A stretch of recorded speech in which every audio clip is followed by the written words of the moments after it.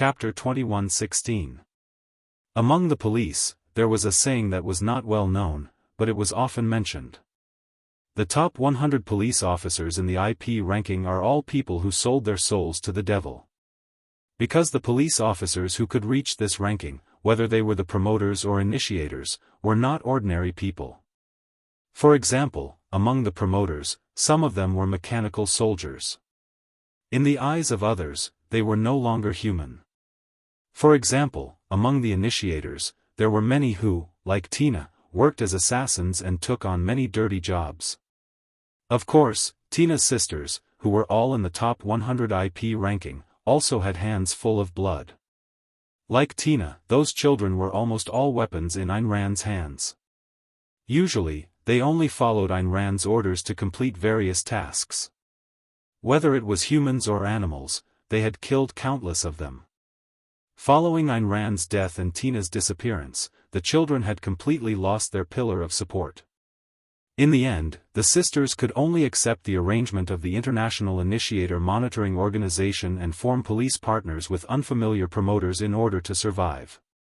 Walking in the corridor of the holy abode, Tina hugged the doll in her arms tightly and said in a low voice. But in foreign countries, the cursed child suffered more discrimination and hatred than in Tokyo.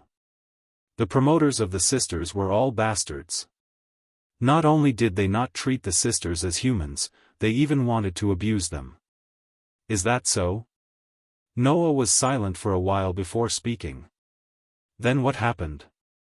Then, the sisters couldn't take it anymore and killed all the promoters. Tina's voice became a little sorrowful. Of course, the cursed child killed humans, so it naturally aroused the anger of all the adults who hated the cursed child. The government also issued a wanted order, so the sisters could only live a miserable life like street rats. In the end, they could only go to the black market and accept assassin jobs again to survive. After living like this for a year, the children encountered Tina, who went abroad for a mission. At that time, I received a mission to protect a foreign high-ranking official, and the sisters took on the job of assassinating the official. Tina seemed to be completely evoked by the memories and bit her lip. In the eyes of the sisters, I was undoubtedly a traitor after joining the guild. After a year of accumulated grievances and hatred, they turned their swords on me and even tried to kill me. As one of Ayn Rand's sisters, Tina must have built a good relationship with her sisters, right? Even though they weren't related by blood, Noah could easily imagine how terrible it must have been for Tina to attack her younger sisters. Furthermore, in Tina's heart, perhaps she really did think that she had betrayed her sisters. In fact, even Ayn Rand had died because of her, causing all of her sisters to have one foot in hell. That kind of guilt was enough to crush a 10-year-old girl. However, Tina didn't give up. Although it was very uncomfortable, I felt the warmth of home in Fairy Tale. I made many friends and companions here, and I even got to know my big brother. Tina's expression became somewhat resolute. So, I didn't want to die.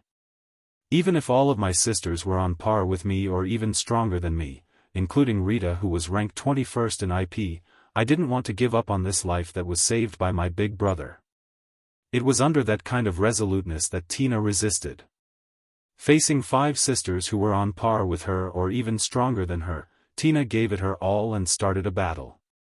In the end, under her obsession, Tina found that her abilities that had been stagnant began to gradually improve during the battle, and the rate of improvement was getting faster and faster. In other words, during that battle, Tina successfully broke through the limits of her growth and reached the domain realm. Tina, whose abilities were rapidly improving, finally defeated her 5 sisters and successfully survived. That was my experience of reaching the domain. Tina broke free from the memories of the past and smiled at Noah. From then on, my abilities grew again. Just like before, as long as I continued to use my abilities, they would continue to improve. Even now, it hasn't stopped. Perhaps, for Tina, that was not only a breakthrough in her growth limit, but also a breakthrough in her state of mind? Immediately after that, Tina grew rapidly all the way until now, she was ranked first in IP and had obtained the title of the strongest initiator. Noah was silent. After accidentally learning that Tina had such an experience, Noah felt a little regret in his heart. 3 years ago, in order to prevent innocent cursed children from being sent to the operating table by Ayn Rand and losing their lives in vain, Noah stepped into hell. At the same time, in order to save Tina, he resolutely instigated Chiwu Zhongshuan to assassinate Ayn Rand. In the end, Noah forgot that in Ayn Rand's hands, there might be children who had the same abilities as Tina, cursed children and mechanical soldiers. Unexpectedly, the decision at that time, while saving Tina and the children who were not killed, actually caused Tina's sisters to fall into such a situation. That was indeed Noah's mistake. If he had thought of this earlier, Noah would definitely have sent people to bring those children over, right? What happened after that? Noah could only suppress the slight regret in his heart and laughed bitterly. "How are your sisters?" Hearing this, Tina turned her head and looked at Noah with a pair of sapphire blue eyes. As if seeing Noah's regret in his heart, she smiled slightly. "Big brother, if you want to see my sisters, you can do so when you return to the guild." Return to the guild? Noah was slightly taken aback, but he quickly reacted. "You mean, it wasn't easy to meet my sisters, how could I let them go?" Tina said somewhat playfully. "That's why I brought my sisters back to the guild and forced them to join the guild as their elder sister. Right now, my sisters are the best initiators in our guild. Not only that, Rita, who used to be ranked 21st, is now one of the top 10 initiators in our guild. She's even stronger than Miss Yen Zhu." "Is that so?" Noah's heart was finally at ease. He couldn't help but smile. "Then, when we return, let me meet your sisters. My sisters will be very happy," Tina said with a smile. Then, she seemed to have thought of something and began to mutter. "But, for me, it's just a little dangerous." "Dangerous?" Noah blinked. "Why?" "Nothing." For some reason, Tina suddenly became angry and quickened her pace. "Tina?" Noah could only follow along with a dumbstruck expression on his face. Tina was amused by Noah's question, but at the same time, she sighed inwardly. "Because I kept praising Big Brother in front of my sisters, it made them all yearn for Big Brother. Every one of them wants to be Big Brother's sister. How can I say something like that?" Holy Residence, Guest Hall. When Noah and Tina returned, Elysian and Mugging seemed to still be discussing the international conference and the attack last night. Xiaoshi followed beside Mugging like a shadow. Aster, Athena, Orpheus, and Lilith also followed beside Elysian and Mugging, loyally carrying out the tasks given to them by Noah. However, the 4 girls only stood silently at the side with a taciturn look. It was not until Noah appeared in the guest hall that the 4 girls reacted. "He's back, he's back, he's back." Orpheus and Lilith immediately noticed Noah's return. One said expressionlessly while the other said with a slightly excited tone, "Master." Aster turned to look at Noah. "It seems that we have gained something." Athena displayed her extraordinary wisdom. Her seductive snake eyes flashed as if she could see through everything about Noah. "President is back." Even Xiaoshi began to speak, interrupting Elysian and Mugung's conversation. Only then did Sheng Tianzi and Mugung turn their gazes to Noah and smile. The difference was that Mugung's smile was a reassuring one.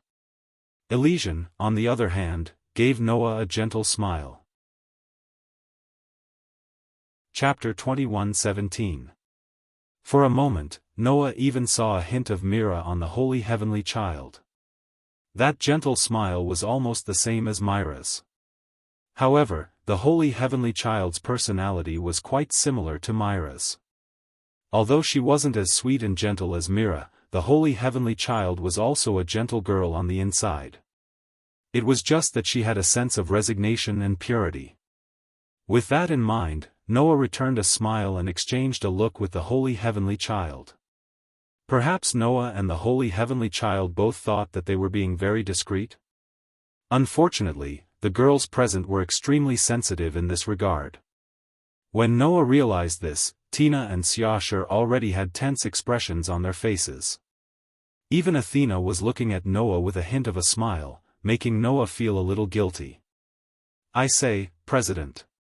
Mugging rubbed his forehead as if he was having a headache. "I know you've already taken down our holy heavenly child, but can you please wait until you're together in private before showing off your love?" Show off our love?" The holy heavenly child's face reddened as she panicked. We didn't do that." "Really?" Mugging narrowed his eyes with an exasperated expression.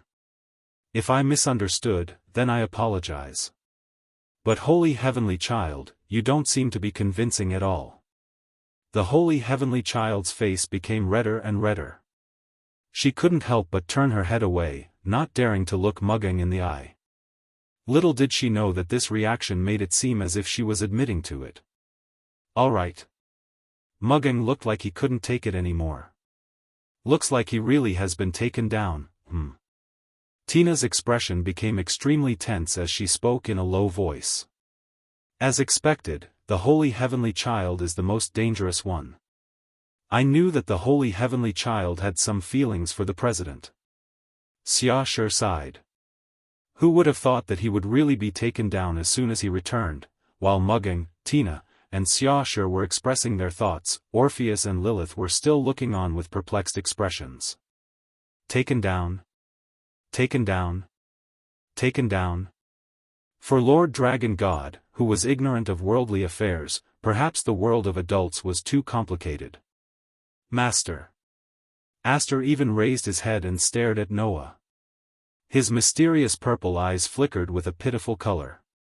"Have you already taken down the target of your protection?" The corner of Noah's mouth twitched under Aster's innocent gaze. He felt more and more guilty. "Isn't it good?" Athena's expression was indifferent. Since ancient times, heroes have always been loved by young girls. In this aspect, you are already a sufficient hero. Unfortunately, these words were not compliments to Noah at all.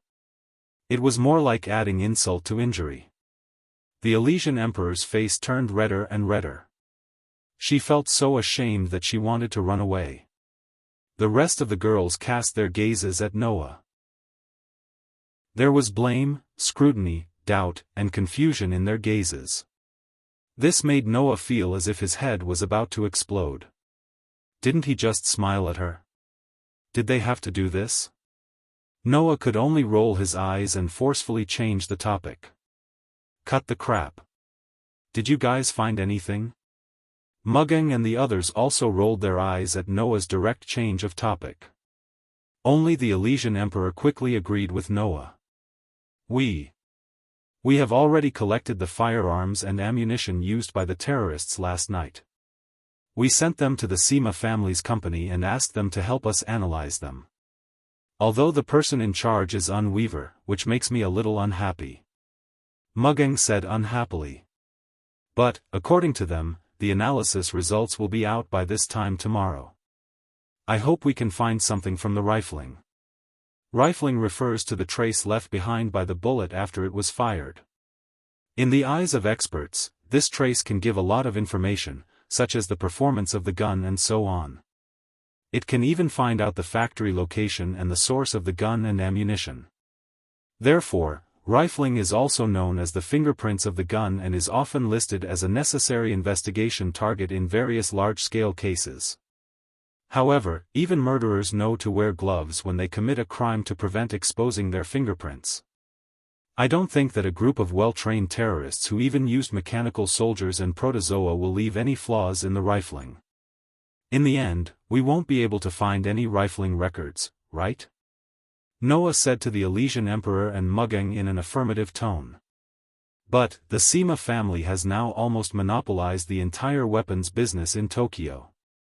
The guns and ammunition that appear in Tokyo, unless they are smuggled in, will definitely be found out where they were made. If those guns and ammunition were made in Tokyo, it proves that the terrorists are likely to have their own underground arsenal. The Elysian Emperor's tone was a little solemn. Even if it is for the residents of Tokyo, they must be found. I will leave this to you. Noah shrugged. I just think that before we find out, you should be attacked again. Us? The Elysian Emperor and Mugging suddenly cast a speechless look at Noah. Noah was stunned and asked curiously. Why are you looking at me like that? The Elysian Emperor and Miss Mugging want to tell the President, please don't forget yourself. Xiaoshu interrupted. Please don't forget, now, you are the terrorists' primary target. Hearing that, Noah finally understood what they were trying to say. The terrorists attacked Mugging because Mugging was the acting president of Fairy Tale, the leader of a force that now had the ability to compete for world domination. The Elysian Emperor was attacked because he was the only head of state that stood in the position of an ally of Fairyland. Now that Noah was back, the terrorists' target naturally turned to the master who would decide whether Fairyland would become the world's overlord. Noah had been paying attention to the safety of Mugging and the Elysian Emperor, but he forgot. Now, he was the terrorists' primary target. I really forgot about it. Noah could not help but laugh. But, if they are only targeting me, then that's great. After all, Noah had to pay attention to the terrorists because he needed to take care of the people around him. If it was only his problem, then, for Noah, it was really easy to solve. Not to mention, the little girls around Noah would not let the terrorists do whatever they wanted. No matter who they are, as long as I am with Master, then we will not lose. Aster said expressionlessly. I am Master's sword, so I will protect Master. Protect Noah. Orpheus' young face also had a layer of seriousness. Protect Noah, protect Noah. Lilith even got into her stance, her small fists swung forward a few times, creating a heavy sonic boom. The terrifying power that seemed to be able to directly shatter space made the Elysian Emperor, Mugging, and Xiaoshu tremble in fear. Only Athena turned her head away in boredom. This was because she knew that in this world, no one would be able to threaten Noah no matter how big of an accident it was. Otherwise, Noah wouldn't have asked them to protect the people around them. Of course, I will also protect Big Brother. Tina hugged the doll and smiled at Noah. After all, I am the one who started Big Brother. Then I really have to thank you. Noah smiled at the group of little girls and touched them one by one. Of course, he touched their heads, and those who had other thoughts were all facing the wall. Elysian Emperor could not help but laugh when he saw the scene of Noah mingling with the girls. Xiaoshu's eyes had a hint of envy. As for Mugging, before he could say anything, he received a call. Mugging took out his phone and placed it on his ear. The next second, his eyes lit up and he suddenly smiled. What's wrong? Noah saw this scene clearly and asked curiously. Did something good happen? It should be considered good, right? Mugging hung up the phone and said to Noah with a face full of smiles. A certain police officer with a strong sense of justice is back, and he is already in the Tokyo area. Noah raised his eyebrows at once, and then smiled. Chapter 21:18 Tokyo Area, Airport. In the crowded airport lobby, Noah and Hina walked in from the direction of the main entrance. They followed the signs and arrived at the arrival area. It didn't take much effort for Noah to discover a pair of rather conspicuous partners among the people who had arrived at the airport. Of course, it was a police officer pair. The initiator was a young man in his 20s wearing a uniformed suit.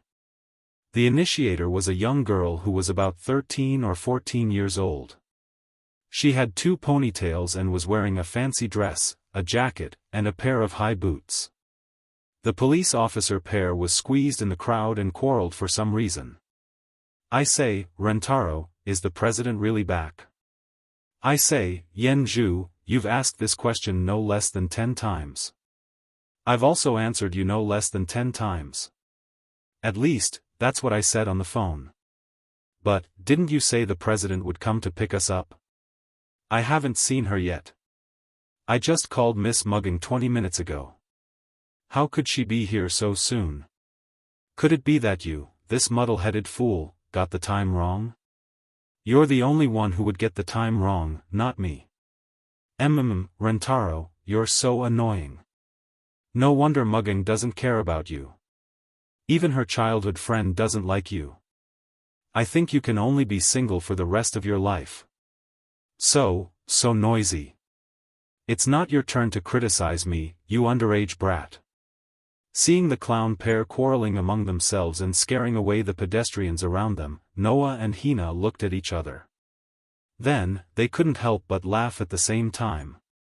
Just as Hina opened her mouth and was about to call for help, Noah pressed on Hina's shoulder.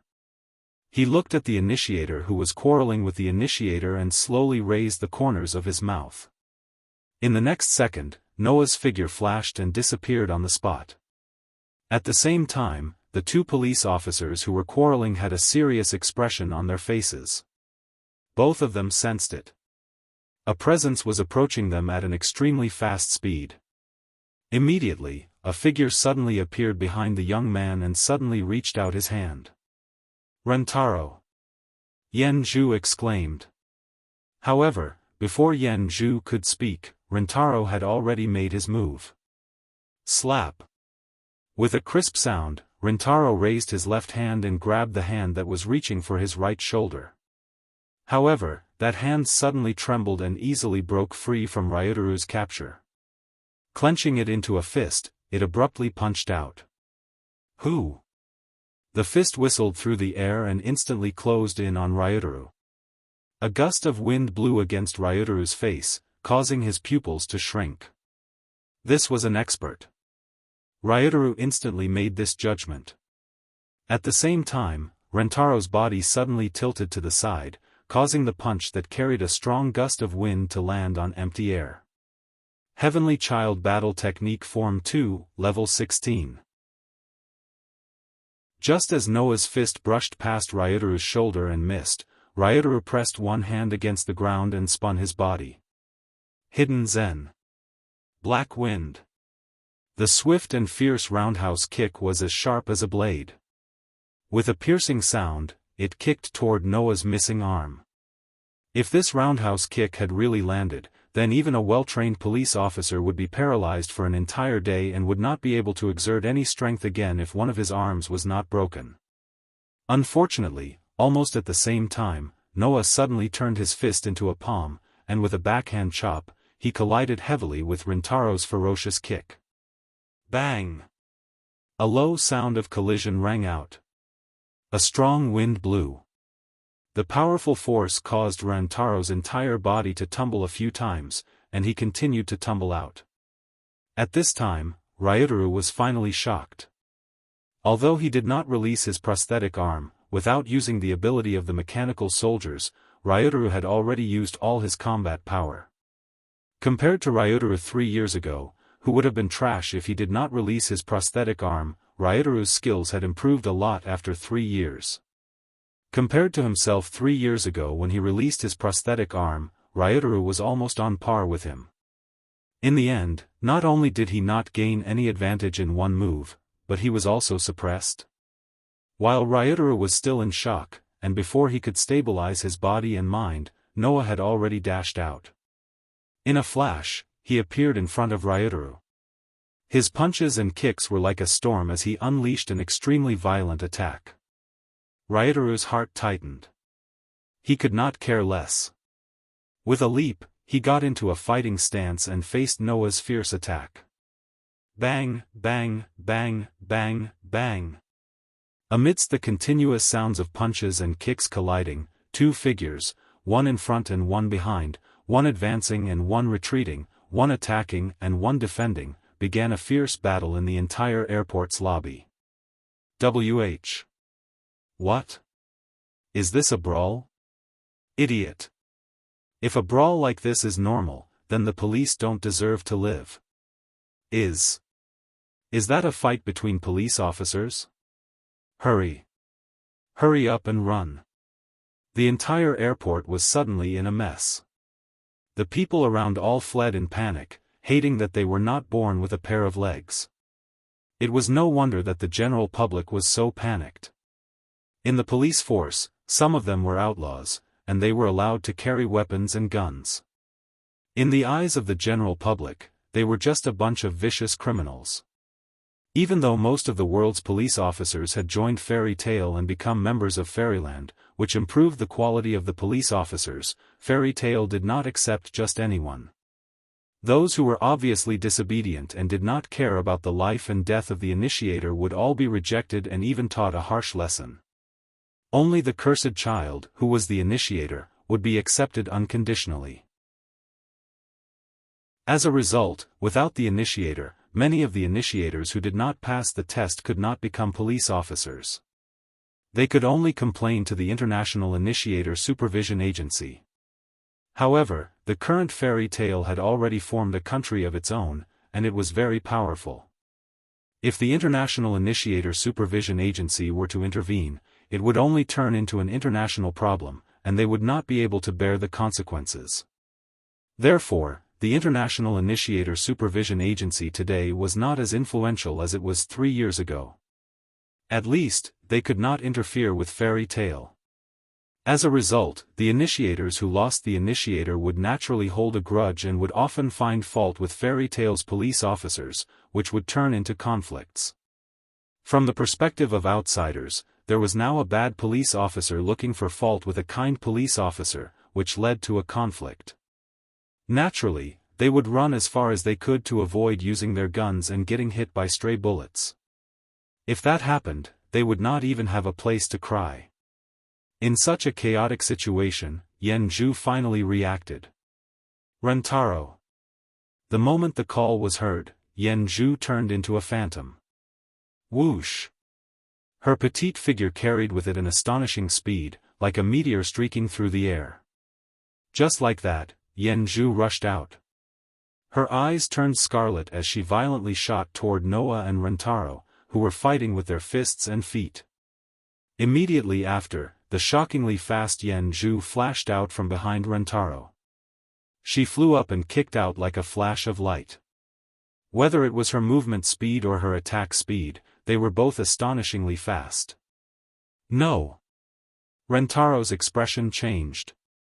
Perhaps it was because of the suddenness of the situation, but Yenju's kick was already serious. If this kick landed, it would not be as simple as a serious injury. It might even kill him. Just as Ryutaru's expression abruptly changed, another petite figure suddenly appeared. Just like Yenju, she darted out from behind Noah. She raised her scarlet eyes and raised her arms. Boom! Yenju's heavy kick landed heavily on the slender arms that were crossed, causing a muffled explosion. It caused a circle of strong wind to expand, like a whirlwind that swept towards the surroundings. That won't do. In the next instant, the young girl who blocked Yenju's kick smiled faintly. Even if you're Miss Yenju, I won't allow you to hurt my brother. Hearing this, Yenju, who hadn't yet retracted her kick, faltered slightly. Then, she finally got a good look at the person who had just arrived. Hina. Hina. Rentaro was also stunned. Then, he saw Noah standing behind Hina, who was looking at him with a hint of a smile on his face. The shock on his face quickly turned into joy. Noah. Chapter 21:19.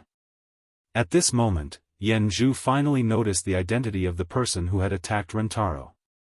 Her scarlet eyes first regained their original color, then she became agitated.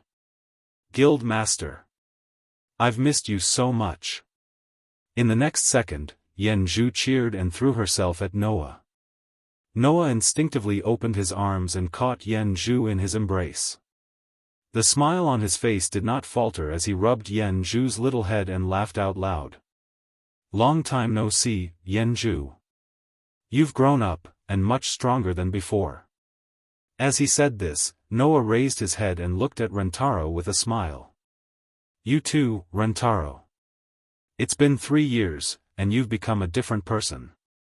After all, in order to not be left behind by Miss Mugging, Hina, and the other newbies in the guild, I've been working so hard to get here.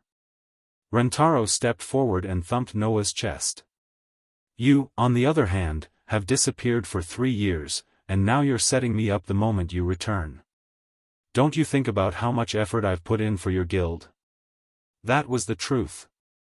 When they first turned to the establishment of Fairyland, which was also the development plan Noah had set before he left, Rentaro had begun his mission with Yenju as the leader of the tour group that Fairy Tail sent to various parts of the world in order to bring the cursed children from all over the world to Fairy Tail. Over the past 3 years, Rentaro and Yenju had been traveling all over the world, repeating the task of secretly sending the cursed children from all over the world to Fairyland. The hardships they encountered during that period were not something that could be easily dealt with. Leaving aside the difficulty of moving the cursed children around the world, just moving all of them to Fairyland was a problem in and of itself. After all, unlike in the past when one could travel between countries by taking a plane, in today's era, the threat of protozoa was almost everywhere. Even if there were still flights, they had to be equipped with police and guards. Otherwise, they could only wait to be eaten by protozoa. Naturally, the mass transfer of the cursed children could not be carried out openly. Therefore, the entire transfer process, from the preparation of transportation to the deployment of guards, had to be handled by Fairy Tail. In light of this, it was easy to imagine how much effort and hardship Rentaro had put in as the leader of the tour group for the past 3 years. Especially a year ago, when the various countries around the world finally noticed the mass exodus of the cursed children and started to control the outflow of the cursed children, the tour group led by Rentaro had to face difficulties and obstructions from various countries. Sometimes, they even had to fight with high-ranking police officers. This kind of life could be said to be like going from the water to the fire. He didn't know how many Azura battlefields he had experienced. Thus, in Fairy Tail, the most hard-working ones were Mugging, Hina, and Xiaoshi, while the most hard-working ones were Rentaro and Yenju. I know you are a great contributor. Noah shrugged. However, thanks to this, you were able to grow rapidly and rise all the way to the top 10 of the IP ranking, right? If it wasn't for the many dangers and experiences he had experienced, how could Rentaro's strength increase so quickly? Even if he didn't use the ability of the mechanical soldiers, he would still be able to compete with his full strength 3 years ago. Yenju's strength increased so quickly because of this, right? Noah patted Yenju's head. Could it be that you have also reached domain? Hee. Yenju didn't answer. She only made a V gesture to Noah, but it was more useful than any answer. However, it was not difficult to guess that Yenju had reached domain. After all, before Noah left, Yenju had already reached her growth limit. Her speed could no longer increase, and her ability could no longer be improved. But just now, Yenju's speed had reached an astonishing level. It was much faster than when Noah left 3 years ago. Since she had already reached her growth limit, it was reasonable to say that she could no longer grow. However, Yenju's speed had greatly increased. Wasn't this the proof that she had broken through her growth limit and reached domain? Hina reached domain 2 years ago, and I reached domain 1 year ago. Yenju said proudly with her hands on her waist. If it wasn't like this, how could Rentaro have reached the top 10 of the IP ranking by himself? Although it's infuriating, without Yenju, I wouldn't have been able to squeeze into the top 10. Rentaro scratched his head and sighed. Every time this happens, I have to admire Miss Mugging. It's really depressing. Rentaro and Yenju's IP ranking was 7th. Mugging and Xiaoshi's IP ranking was 3rd. Undoubtedly, not only did Xiaoshi not reach the domain realm, his combat ability was also not very strong. However, Mugging was still able to reach the top 3 in the IP ranking. It was no wonder that Rentaro was so impressed. Of course, although Xiaoshi's combat ability was not outstanding, he was very smart and could assist Mugging in various situations. For Mugging to reach this ranking, Xiaoshi's contribution could not be ignored. Oh, right. Yenju looked around. Mugging and Xiaoshu didn't come. As pillars of the guild, those two are now public figures from head to toe. In the eyes of others, they could even be considered as the head of state and assistant of Fairyland, which is different from us, Tina said. If we let Miss Mugging and Xiaoshu come to the airport, it will definitely cause a big commotion. Moreover, Miss Mugging is currently a terrorist target, right? Rintaro's expression became serious. Then all the more reason to not come to this kind of public place. It's too dangerous. Speaking of which, why did you suddenly come back? Noah asked. Weren't we still continuing the tour group mission in another country? It's all because of Mugging. Yen Zhu said loudly. Rintaro said that the countries all over the world proposed a meeting with our guild. They definitely have bad intentions. That's why we rushed back. Although Miss Mugging is very strong and would definitely bring Hina along just in case, I still don't think it's very safe. Rintaro nodded. This time, the countries all over the world are obviously targeting our guild. It's hard to guarantee that they won't play some tricks in the dark.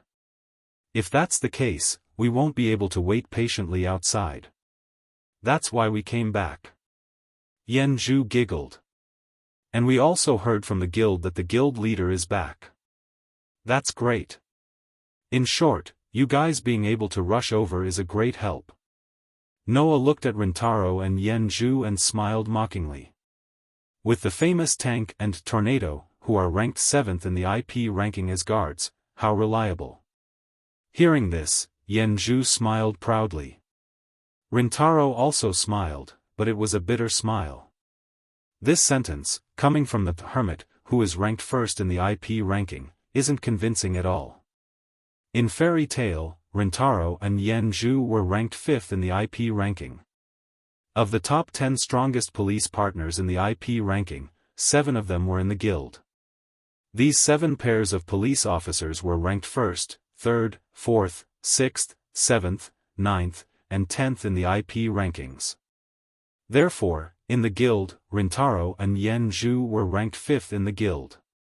Of course, the IP ranking set up by the International Association of Pioneers wasn't based on the strength of each police partner. Instead, it was based on the achievements of each partner. Even if this ranking was equivalent to a strong or weak partner. That was why, in Rintaro's opinion, there were only 2 people in the guild that he couldn't defeat no matter what he did. One was Mugging.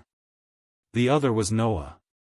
Even after 3 years, Rintaro still didn't know how much Noah's strength had improved.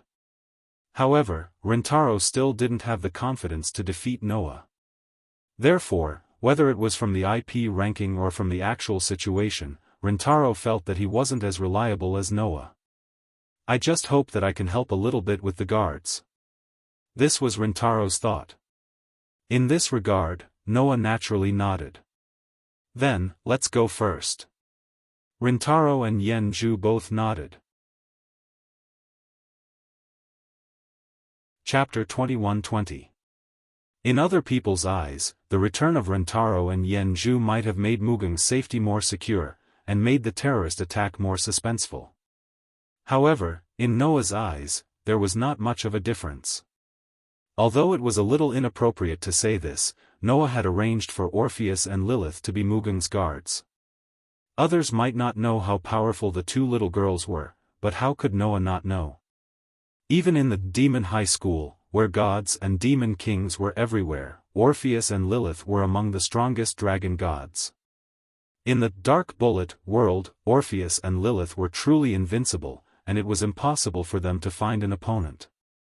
Even Noah, without using another cosmology, could only match up to one of Orpheus and Lilith at full strength. It was still unknown whether he could defeat them. With Orpheus and Lilith as his guards, there was absolutely no problem for Mugeng. Of course, these 2 dragon gods were too naive, and no one knew if they would suddenly be deceived, leading to some mistakes.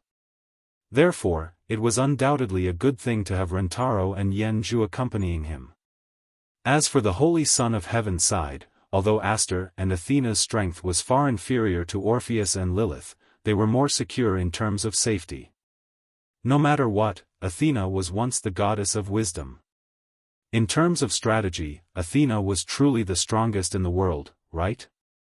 Therefore, compared to Mugung's side, the holy son of heaven's guards were weaker, but they had no flaws. Even if they were not as good as Orpheus and Lilith, Aster and Athena were still not ordinary. As long as Noah did not interrupt the supply of divine power, Aster and Athena would be able to display power comparable to that of a god. That level of power was also invincible in this world. Since they were all invincible, it did not matter if there was a difference in combat power, since they were all allies. Under such circumstances, in the next 2 days, Mugung and the Holy Son of Heaven were still preparing for the international conference. Noah, on the other hand, pushed all the preparations to Mugung, and even pushed Tina, who was the initiator, to be the Holy Son of Heaven's guard. He himself wandered around the streets every day, and his idleness made people speechless. At least, some people hated this to the core. In a dim war room, bodyguard Joran, who was covered in a black robe and only had his hood removed to reveal a mechanical head, looked at Noah, who was wandering around on the surveillance screen, playing on one street after another. He clenched his fists tightly. Bang! At a certain moment, the bodyguard finally couldn't hold it in anymore. He smashed the instrument next to him with a punch and roared out loud. Why? Why won't you let me go out and kill that bastard? Isn't this a great opportunity? From the monitor, it was very clear that Noah did not bring any guards with him at all. For the past 2 days, he had been loafing around alone, wandering around. Just like what the bodyguard said, if they wanted to assassinate Noah, this was definitely a great opportunity. However, this great opportunity had started 2 days ago, and it had not been interrupted for the past 2 days. What did this mean? Did it mean that Noah's sense of danger was so low that he did not even realize the situation he was in? Of course not. This guy, he's looking down on us. The bodyguard was furious. He's obviously telling us that even if he doesn't bring any guards with him, we can't do anything to him.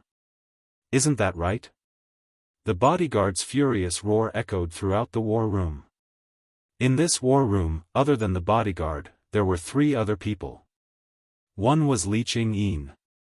This mechanical soldier who killed without blinking was now leaning against the wall at the side, looking at the surveillance screen, thinking about something.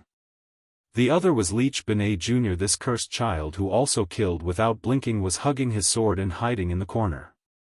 His pair of eyes maintained the scarlet color of his ability fully activated, and he was mumbling. Tina. Tina. Tina. It was quite clear that Benet the Leech was still brooding over his loss to Tina the last time.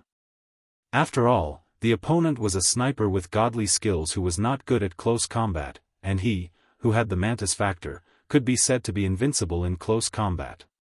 In the end, he lost to a sniper in close combat, and it was a clean loss. One could imagine how Benet the Leech was feeling. As for the third person, he was like the bodyguard, covered in a black robe, and even his face was hidden under the hood. The black-robed person's body, from the appearance, could only be vaguely seen from the face that it was a male. However, this black-robed person was sitting in front of the surveillance screen, looking at Noah who was strolling back and forth on the street, holding a barbecue skewer in one hand and a cold drink in the other, very happily strolling around the street. One of his hands was constantly knocking on the table. Looking carefully, on the wrist of the hand that the black-robed person was knocking on the table, there was a tattoo. A pentagram tattoo decorated with feathers. Without a doubt, that was the proof of a member of the Five Siong Association. However, different from the terrorist leader who launched the attack a few nights ago, the tattoo on the wrist of this black-robed person was not decorated with 2 feathers, but 5 feathers. That was the proof of a top operative of the Five Siong Association. This black-robed person was one of the top operatives of the Five Siong Association. Looking at this top operative of the Five Siong Association, the bodyguard couldn't help but shout. "Sir! Don't tell me you're just going to watch that bastard arrogantly walk around in front of our eyes? Hearing this, the black-robed person who was called Sir by the bodyguard raised his head. The corner of his mouth carried a trace of sarcasm. He is indeed very arrogant, Sir said indifferently. He didn't bring any guards, and he didn't have a trace of defense.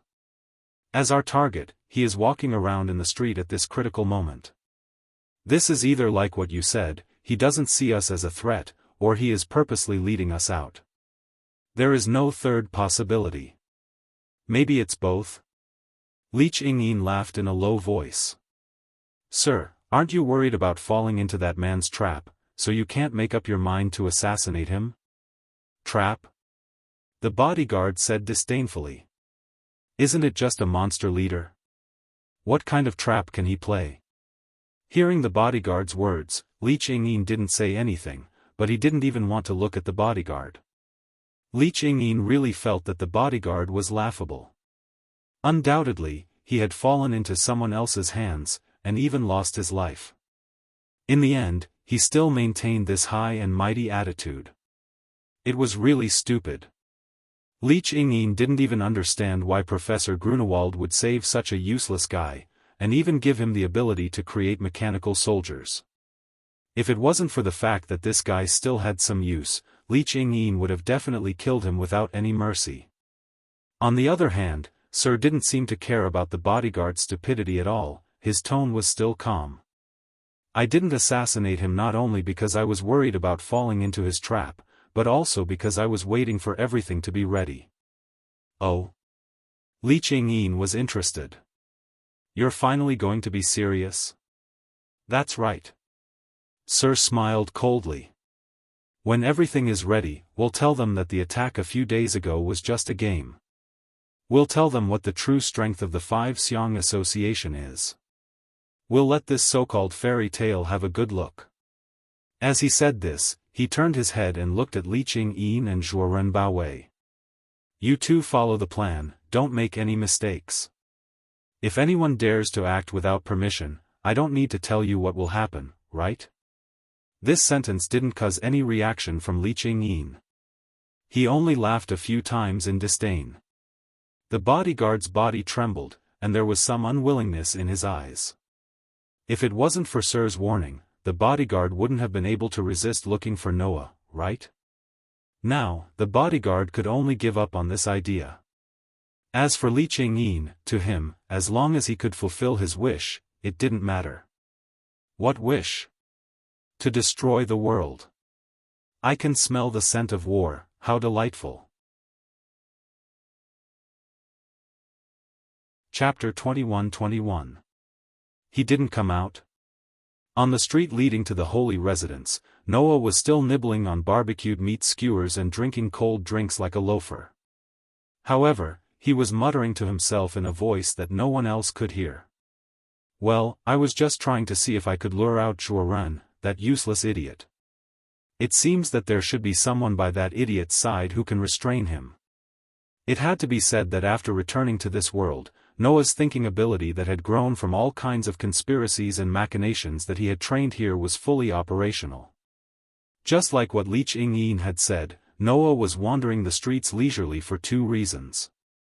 Firstly, he wanted to see if he could lure out the rats that were scurrying in the dark. Secondly, he didn't think that he would encounter any danger even if he was alone. In any case, Wood and Xiaoshe were preparing for the international conference. In terms of safety, Aster, Athena, Orpheus, and Lilith were there to ensure their safety. Noah could totally be a hands-off boss and do other things. Of course, Noah didn't think that such an obvious temptation, a mysterious organization with the goal of dominating the world, would be fooled. Otherwise, the other party was just a small character that wasn't worth mentioning. It wasn't worth Noah's effort. The reason why he carried out such a temptation with such an idea was just to hang Zhuo Ren, that useless idiot. Even if the Wuxiang Association did have some ability, Noah didn't think that it would change anything for the idiot Zhuo Ren. If the other party was really spying on him in the dark, then Noah's arrogant stroll on the street, Zhuo Ren would definitely run out with blood rushing to his head.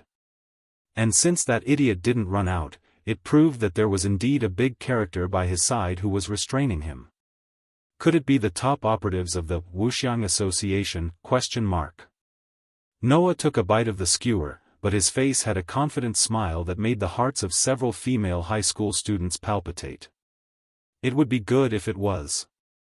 Because, in this way, Noah could be sure that the leader of the mysterious organization that planned to go against the fairy tale was in the Tokyo area.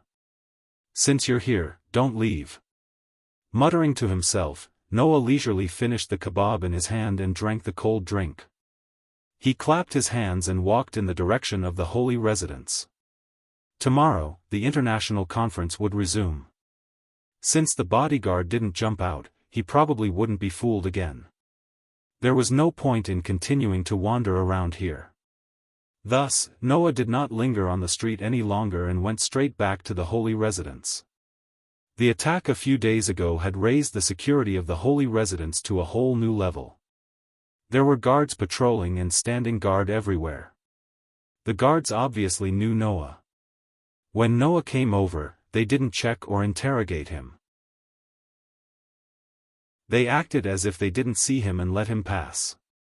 The Elysian sun had already given the order that Noah could move freely in the Elysian abode. Therefore, Noah skipped all the inspection steps and went straight to the Elysian prince's room. Then, Noah saw it. Outside the Elysian prince's room, Aster and Athena were standing guard. Seeing this, Noah was a little surprised and curious as he walked over. "Master." Aster noticed Noah and immediately looked over with her purple eyes. "You're here?" Athena also looked over and seemed a little bored. The scene of two expressionless young girls standing guard in front of the door really gave people a kind of feeling that they couldn't help but laugh. "I didn't expect you to be standing guard outside the room." Noah found it funny as he walked up. "I thought you guys would be following the target of your protection." "I'm carrying out the task Master gave me." Aster immediately clarified. "But this sword spirit won't let me in." "Oh?" Noah blinked and looked at Athena. "Why? There should be a limit to personal guards." Athena glanced at Noah. "Even if I followed this sword spirit in, it would only cause the target to feel repulsed, right? That couldn't be said to be wrong. No matter what, even if it was a 24-hour personal guard, if they followed the target closely even when they were sleeping or going to the toilet, it would only cause the target to be unable to breathe. The loss outweighed the gain." Athena's consideration was indeed very comprehensive. She even thought of this point. However, Athena obviously didn't have any self-awareness. Although this goddess of wisdom was smart, she didn't think that for a young girl, if there were two cute little girls following her all the time, even if they slept on the same bed, she wouldn't feel repulsed at all, right? However, no matter what, the Elysian prince was the ruler of a country. If outsiders knew that the Elysian prince had to hug his guards to sleep before he could fall asleep, it would be too outrageous. Therefore, it wasn't a bad choice for Aster and Athena to stand guard outside the door. However, Noah, who had never seen the two girls like this, couldn't help but laugh. This made Athena frown slightly. She stared at Noah with her coquettish snake eyes and said, "I feel like you're thinking about something very rude. Although it's just my intuition, a god's intuition shouldn't be wrong." "Something rude?" Aster looked at Noah with pure and innocent eyes and said, "Master, are you thinking about H? You're still the same as before. Undoubtedly, you don't know anything, but you always say shocking things." Noah was speechless. "Forget it, you two continue to stand guard." With that, Noah pushed open the door and walked in under Aster's confused and displeased gaze. Gotcha. Following the soft sound of the door closing, a quiet room appeared in front of Noah.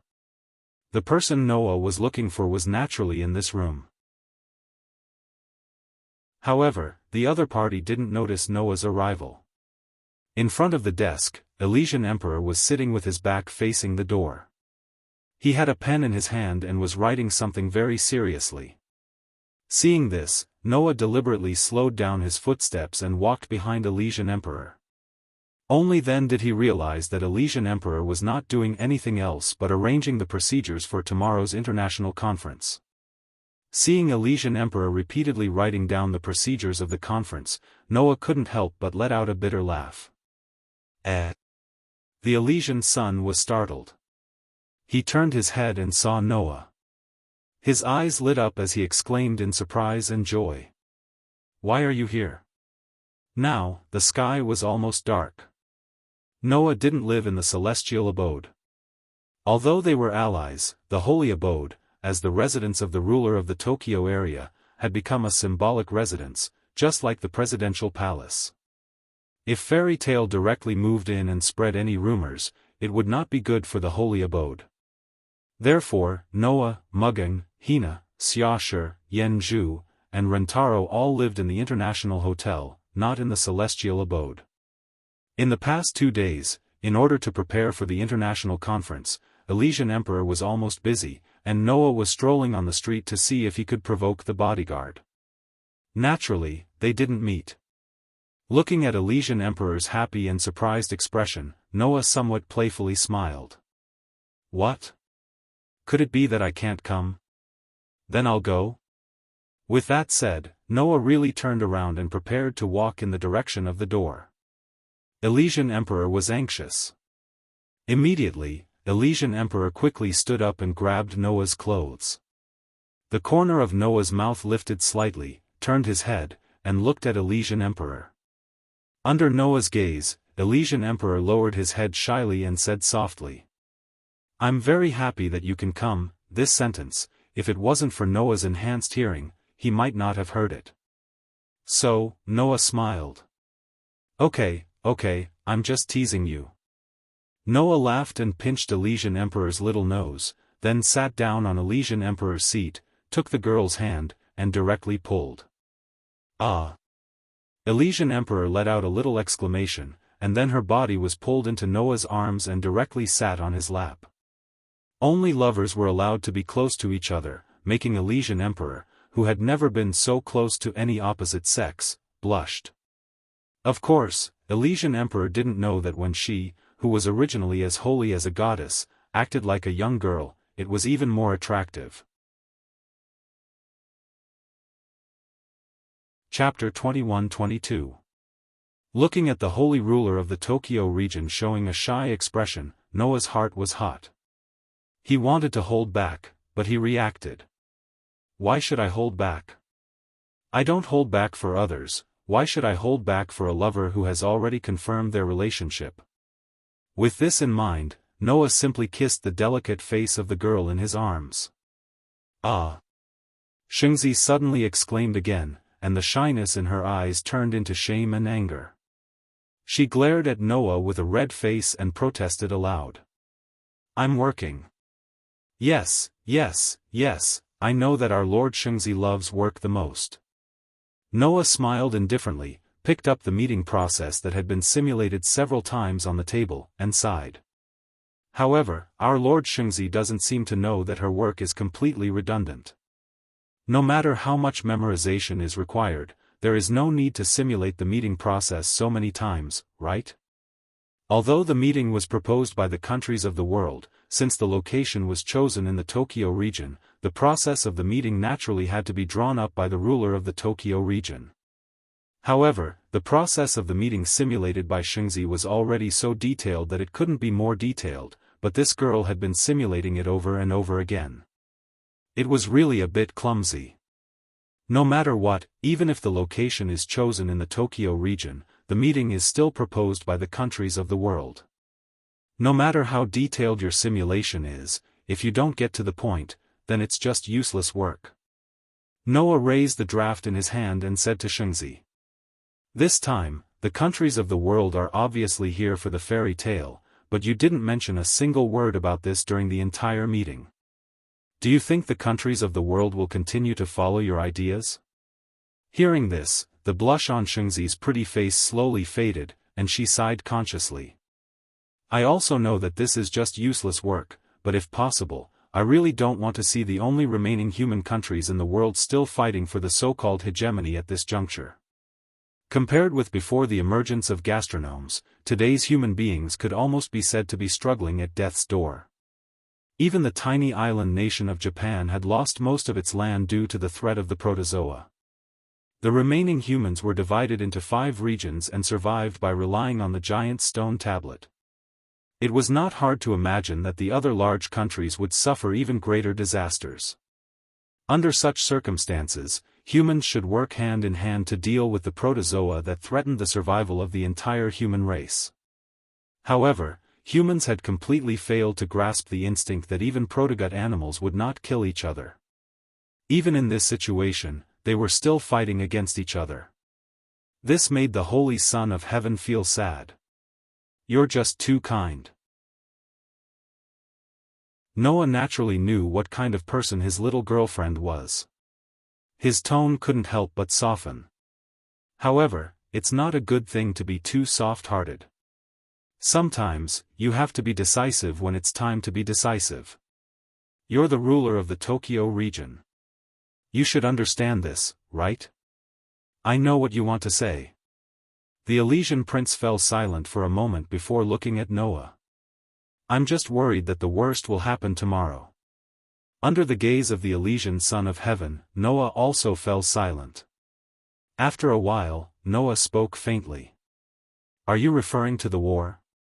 The Elysian Son of Heaven nodded solemnly.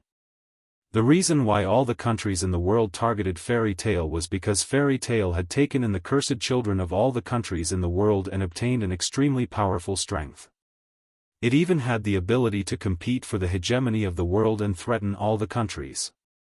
In this case, at tomorrow's international conference, it was already obvious which aspect the countries around the world would target.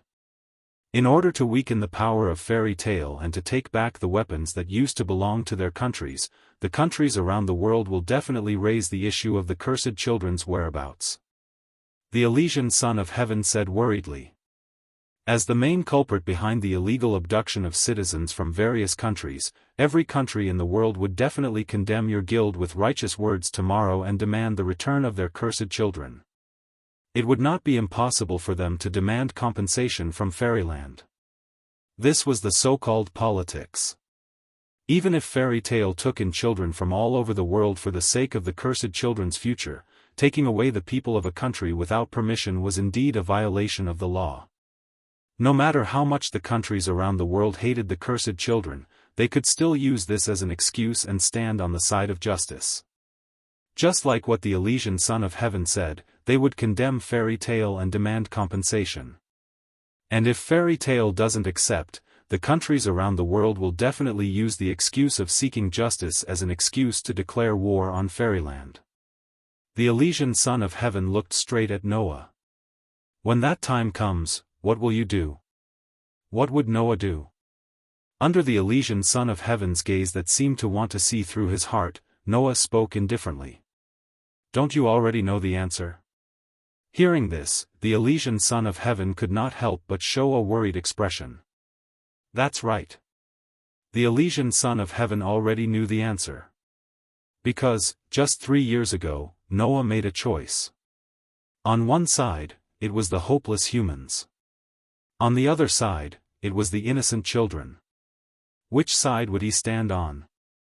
Based on the Elysian Son of Heaven's understanding of his sweetheart, no matter how he thought about it, there was only one answer. And this answer was not only the answer that Noah would give, but also the answer that everyone in Fairyland would give. We, Fairy Tail, will only fight for our family and companions, Noah said without hesitation. If someone wants to harm our family and companions, then the entire Fairyland will not be afraid of any challenge or battle. That's right. This answer was already deeply ingrained in the hearts of the people of Fairyland and even other regions and countries. And there would not be any wavering. But the countries around the world will definitely not let this go. The Elysian Son of Heaven smiled bitterly. In the end, tomorrow's international conference will definitely develop into the prelude to war. It was because of this that the Elysian Son of Heaven had been doing useless things, simulating the conference process over and over again in an attempt to prevent the conference from going down the wrong path. For the Elysian Son of Heaven who yearned for peace, war was the only thing that must be avoided. Once a war breaks out, innocent people will definitely be implicated. Some countries will even be destroyed by primitive animals because their precious metals will be taken away by the victorious country after losing the war. This time, the severity of the situation is even worse. Once a war breaks out, it will be a real world war. The Elysian Son of Heaven bit his lip as he stared at Noah. Is there really no way to avoid war?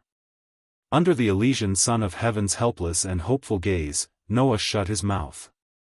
Seeing this, the Elysian Son of Heaven's eyes brightened as he quickly spoke. You have a way to avoid war, right? Who was this man before him?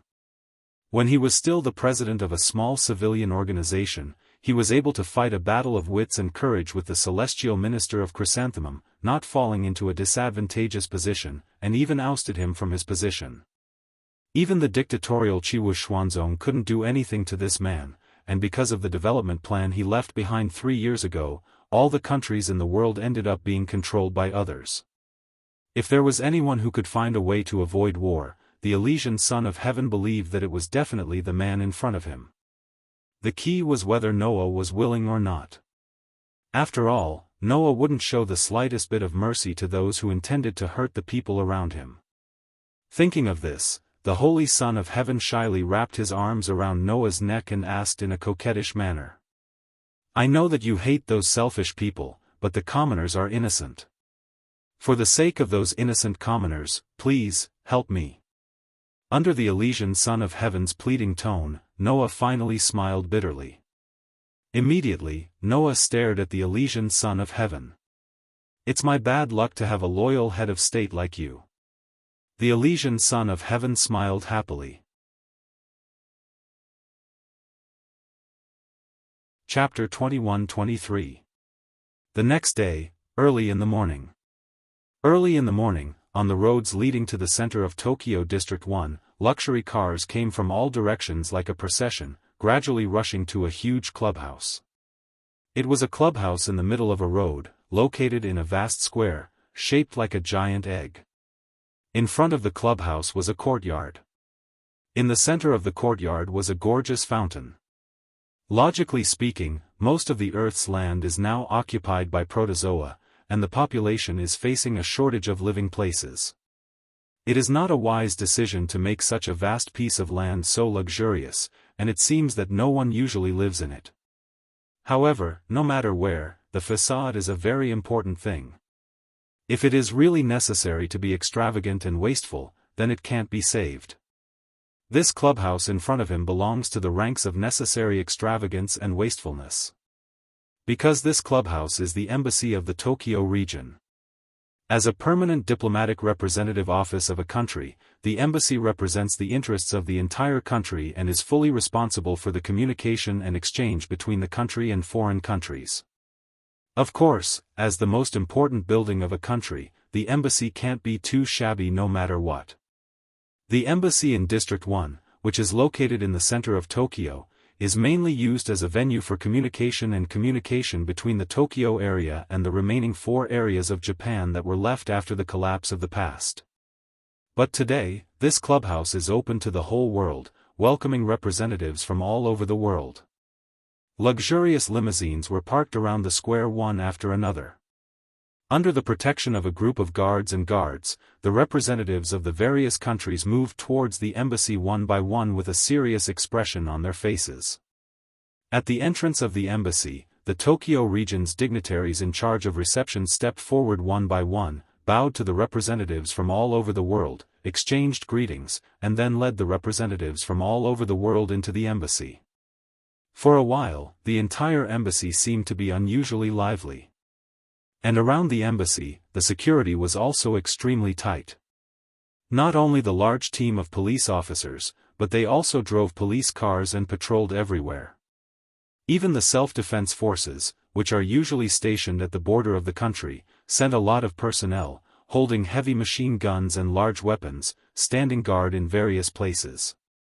A rigorous and solemn atmosphere pervaded the entire embassy. Under such circumstances, the protagonists finally arrived late. Several limousines slowly drove into the plaza of the embassy and stopped directly in front of the red carpet that extended from the main entrance. They then opened the doors and alighted. The first to descend was the Holy Son of Heaven. Under the protection of the guards of the holy residence, the Holy Son of Heaven, dressed in a white suit, got off the car. However, he did not walk to the red carpet. Instead, he stood in place and waited. After Sheng Tianzi's car left, another car stopped in front of Sheng Tianzi. There were 3 people who got off the bus. One was Heaven's child Mugeng. One was Rintaro Rikami. The last one was naturally Noah. After getting off the car, Noah raised his head and looked at the embassy in front of him. Mugino and Rintaro came to Noah's left and right respectively. Like followers, they announced who the owner of the fairy tale was. They also looked at the huge hall in front of them with serious expressions.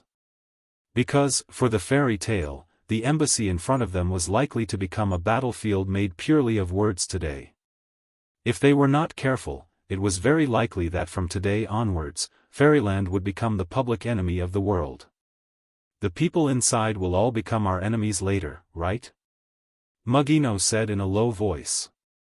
To be valued and viewed as enemies by all the countries in the world, I don't know whether to laugh or cry. At the very least, we hope to be able to come out smiling, while others will definitely want to see us come out crying. Ryotaro tugged at his tie. His tone inevitably became a little rough. The only thing I can be sure of is that after the meeting, I will definitely hate a lot of people. Someone you hate? Noah curled his lips, but smiled faintly. I think, after the meeting, there will definitely be a lot of people who will hate us. Hearing this, Mugino and Rintaro both laughed bitterly. However, Noah's relaxed attitude made the two of them feel more at ease. Although there were many things that they should be worried about, since this person who had once established the entire fairy tale as the hope of a new era and protected a group of children from the dark side of human beings was here, then the problem in front of them should be easily solved, right? Mugino and Rintaro believed so. At this time, Elysium slowly walked over and stopped in front of the 3 people. As soon as he came up, Elysium noticed something and asked in surprise. Where are Miss Hina, Miss Natsuki, and Miss Yenju? Yes. Only Noah, Mugino, and Rintaro came down from the car. The 3 people who started them were nowhere to be seen. Not only that, but Orpheus and Lilith were also not here. Even Aster and Athena, who were originally sent to protect Elysium, suddenly disappeared when Elysium woke up in the morning. In response, Mugino and Rintaro shook their heads at the same time. We don't know either. They were gone when we woke up in the morning. Noah only told us not to worry, but did not tell us the details. Elysium turned his gaze to Noah when he heard Mugino and Rintaro's words. His eyes were full of questions. Seeing this, Noah smiled and said, Those children have another mission and have returned to Fairyland. Returned to Fairyland? Both Mugino and Rintaro were surprised. Then doesn't that mean? Elysium was even more surprised. You don't even have a guard by your side now? This was not a joke. One must know that now, every country in the world saw fairy tale as a thorn in their side. In order to eliminate the threat of fairy tale, they were always thinking of getting rid of the leader of fairy tale. Under such circumstances, it would be foolish of him not to bring a single guard with him. Seeing the worry in Elysium's eyes, Noah pretended to be relaxed as if he wanted to reassure the overly kind leader of the country.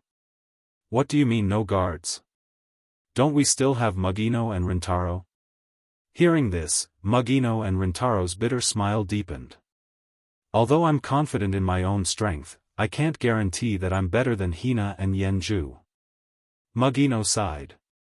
Moreover, undoubtedly, I'm the acting leader, and now you want me to be a guard? Well, I did come here with the intention of becoming a guard, Ryutaru said in a puzzled tone. But, without the initiator by your side, isn't it a little too dangerous? Maybe? Noah said to Rentaro in a mocking tone. So, you'll have to work harder, Mr. Partner of Justice. Hearing this, Elysium and Mugino both paused for a moment, then laughed. The confusion on Rentaro's face instantly turned into annoyance. You guys always bring up what happened 3 years ago, don't you get tired of it? 3 years ago, in order to get Noah to save the entire Tokyo area, Rentaro stood up for justice and fought with Noah. After that, Rentaro was always ridiculed by the guild members as the partner of justice. Even the International Initiator Monitoring Committee considered whether they should give Rentaro the nickname, Partner of Justice, which made Rentaro break down several times. Who told you to be in the limelight at that time? Noah couldn't help but laugh. Just accept your fate. Ryutaru could only glare at Noah with resentment in his eyes. Everyone couldn't help but laugh when they saw this. Alright, everyone. Elysium put away the smile on his face and became serious. It's time to go in. Noah nodded nonchalantly, and then led Mugino and Rentaro toward the embassy under Elysium's guidance. The heavily guarded embassy was like the calm before the storm, exuding a solemn atmosphere. Chapter 21-24. Because representatives from all over the world will be attending this conference, and this world is just an ordinary world, unlike the Demon High School, where they can teleport to their destination with a magic circle. Therefore, the time of the conference is set at noon. After the representatives from all over the world arrived at the embassy, they will be arranged to rest in their own rooms. After lunch, they will gather in the conference room and start the conference. Therefore, Noah and the others actually came early. However, it is necessary to come early. If the conference starts right away, then many things will not be prepared. Whether it is for their own people or for outsiders, this is the case. It was precisely because of this that many representatives from various countries had arrived in advance and started making preparations. Of course, these preparations, as for what, only the people involved know. And as the host, Shungzi has a lot of preparations. From welcoming the guests to settling them down. From settling them down to taking care of them. From taking care of them to greeting them. From greeting them to probing them. And so on and so forth. Similar preparations need to be done by Shungzi. Among them, the most important one is safety. After all, representatives from all over the world are gathered here. If something happens to one of them in the Tokyo area, then the country that the representative is from will definitely ask the Tokyo area to bear extraordinary blame and punishment. Therefore, the safety of the representatives is definitely the most important thing during this international conference. Although I don't know if terrorists will suddenly attack the embassy and cause harm to the important representatives in the embassy, but just in case, I have gathered all the police and self-defense forces here. Shungzi said to Noah as they walked in the corridor of the embassy. In addition to the various miscellaneous arrangements during the conference, many senior officials in the Tokyo area have been transferred here to help. Now, let me introduce you to the people in charge of these tasks. Shungzi said as he brought Noah, Mugen, and Rentaro to a lounge. A guard stepped forward and opened the door of the lounge, allowing everyone to see the scene inside. Immediately, Noah, Mugen, and Rentaro all saw it. In the resting room, there were 3 people talking. The group that was talking was a group of 2 men and a woman. The 2 men gave off a completely different feeling. One was a tall young man wearing a suit and glasses, giving off a shrewd feeling. The other was a middle-aged man wearing a military uniform and a military cap, giving off a strong and experienced feeling. The only woman in the room was a young girl. Wearing a kimono, holding an iron fan, a beautiful young girl with a beauty mark under the corner of her eye. Looking at the 2 men and 1 woman talking, Noah, Mugen, and Rentaro's attention was instantly taken away by the young girl. Of course, it was not that Noah and Rentaro only had beautiful women in their eyes, nor was it that Mugging had any special fetishes. The reason why they were attracted to the girl in kimono was because she was someone they were familiar. Thus, Noah, Mugging, and Rentaro were all shocked. Wei. The girl in the kimono was the daughter of the president of the world's largest weapons company, Sima Heavy Industries, Sima Weiji. She had once helped Noah and Rentaro a lot, and was also at loggerheads with Mogensha. Huh. Wei Sima turned her head and looked at the door. Then, her eyes lit up, and she stood up with a smile. Everyone, long time no see. Hearing this, Noya and Ryutaru looked at each other, both feeling somewhat relieved. Obviously, both of them knew why Wei Sima was here. Undoubtedly, as the acting president of Fairy Tail, Mugging was usually very smart and capable. But at this time, blood rushed to his head and he stared at Wei Sima without thinking. Why are you here? Oh. Wei Sima pretended to be surprised as if she didn't notice Mugging's existence until now. So you're here too? Mugging? I understand. Mugging smiled. His smile was very bright. You're here to cause trouble, right? With that said, Mugging did not hesitate to reach for the blade on his waist, as if he wanted to pull it out. Seeing this, Noah and Rentaro were shocked. Although they knew the relationship between Mugging and Wei Sima was extremely bad, this girl didn't know how much trouble she would cause if she pulled the sword out in this situation. Immediately, Noah knocked on Mugging's head, causing her to cry out in pain. Mugging held her head and stared at Noah with tears in her eyes. Noah didn't even bother with her. He pressed down on her head and restrained her. Then, he looked at Wei Ji and laughed bitterly. Miss Sima, please don't provoke my girl here, okay? I didn't provoke Mugging. Wei Sima was still smiling, but her words were like this. For the president of a private company who was once a poor ghost who couldn't even afford a bowl of eel rice, as the current president of Sima Heavy Industries, how could I do such a tasteless thing as stimulating inferior people? Wasn't this an obvious provocation? Ha. Ha ha ha. Mugging's smile twitched as she stiffly turned her head and looked at Noah. Noah, this is my lifetime request. Let me kill this snake girl, okay? Hearing this, Noah didn't have time to react before Wei Sima spoke. Aya, how scary. Wei Sima pretended to shout. Little Noah, you have to protect me, okay? Saying this, Wei Sima directly went to Noah's side and hugged his arm. Mugging's face twitched when she saw this. Ryutaru, on the other hand, seemed to have foreseen what was about to happen. He turned his head away as if he couldn't bear to watch, only to be shocked again. Because in Rentaro's line of sight, the sage son of heaven was standing there, staring at Wei Sima who was hugging Noah's arm. The expression on his face completely faded.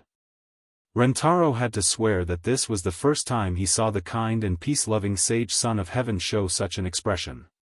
Not to mention Rentaro, even Noah, who had seen many of the sage's girlish side in private, had never seen such an expression before.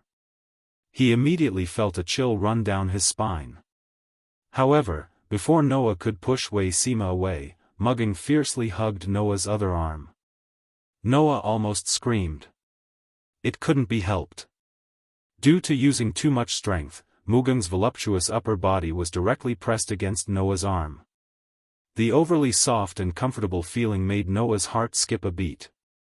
However, Mugging didn't notice this at all. She hugged Noah tightly and glared at Wei Sima. Let go of me. Snake girl. Mugging shouted. Do you think someone like you can hug the guild leader of Fairy Tail? With my relationship with little Noah, what's a hug? Not only did Wei Sima not let go, she hugged even harder. Facing the angry Mugging, she revealed a fake smile that didn't have a trace of a smile. A woman like you who relied on little Noah's favor to climb to your current position should stay away from little Noah. Obediently go back to being the leader of a poor company that can't even afford eel rice. Yes, I did rely on Noah's favor to become the acting leader of Fairy Tale. Mugging didn't want to be outdone. Then what about you? Don't tell me you didn't rely on your Sema clan to climb to your current position? Ho ho. You want to use your family background to erase my, Sema Wei Sema's, efforts? Wei Sema's smile became more and more fake. However, this is the only way you can find a sense of superiority from me.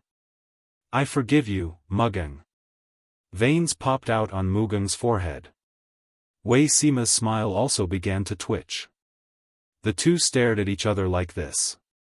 Sparks seemed to come out from the friction of their gazes, making the surrounding atmosphere more and more dangerous. And Noah, who was tragically reduced to being sandwiched between the two girls, felt his hand being hugged tighter and tighter. Although it could be said to be wonderful in any situation, the gaze from the Holy Son of Heaven made Noah feel like he was sitting on pins and needles. At this moment, Noah felt a sharp gaze on his body.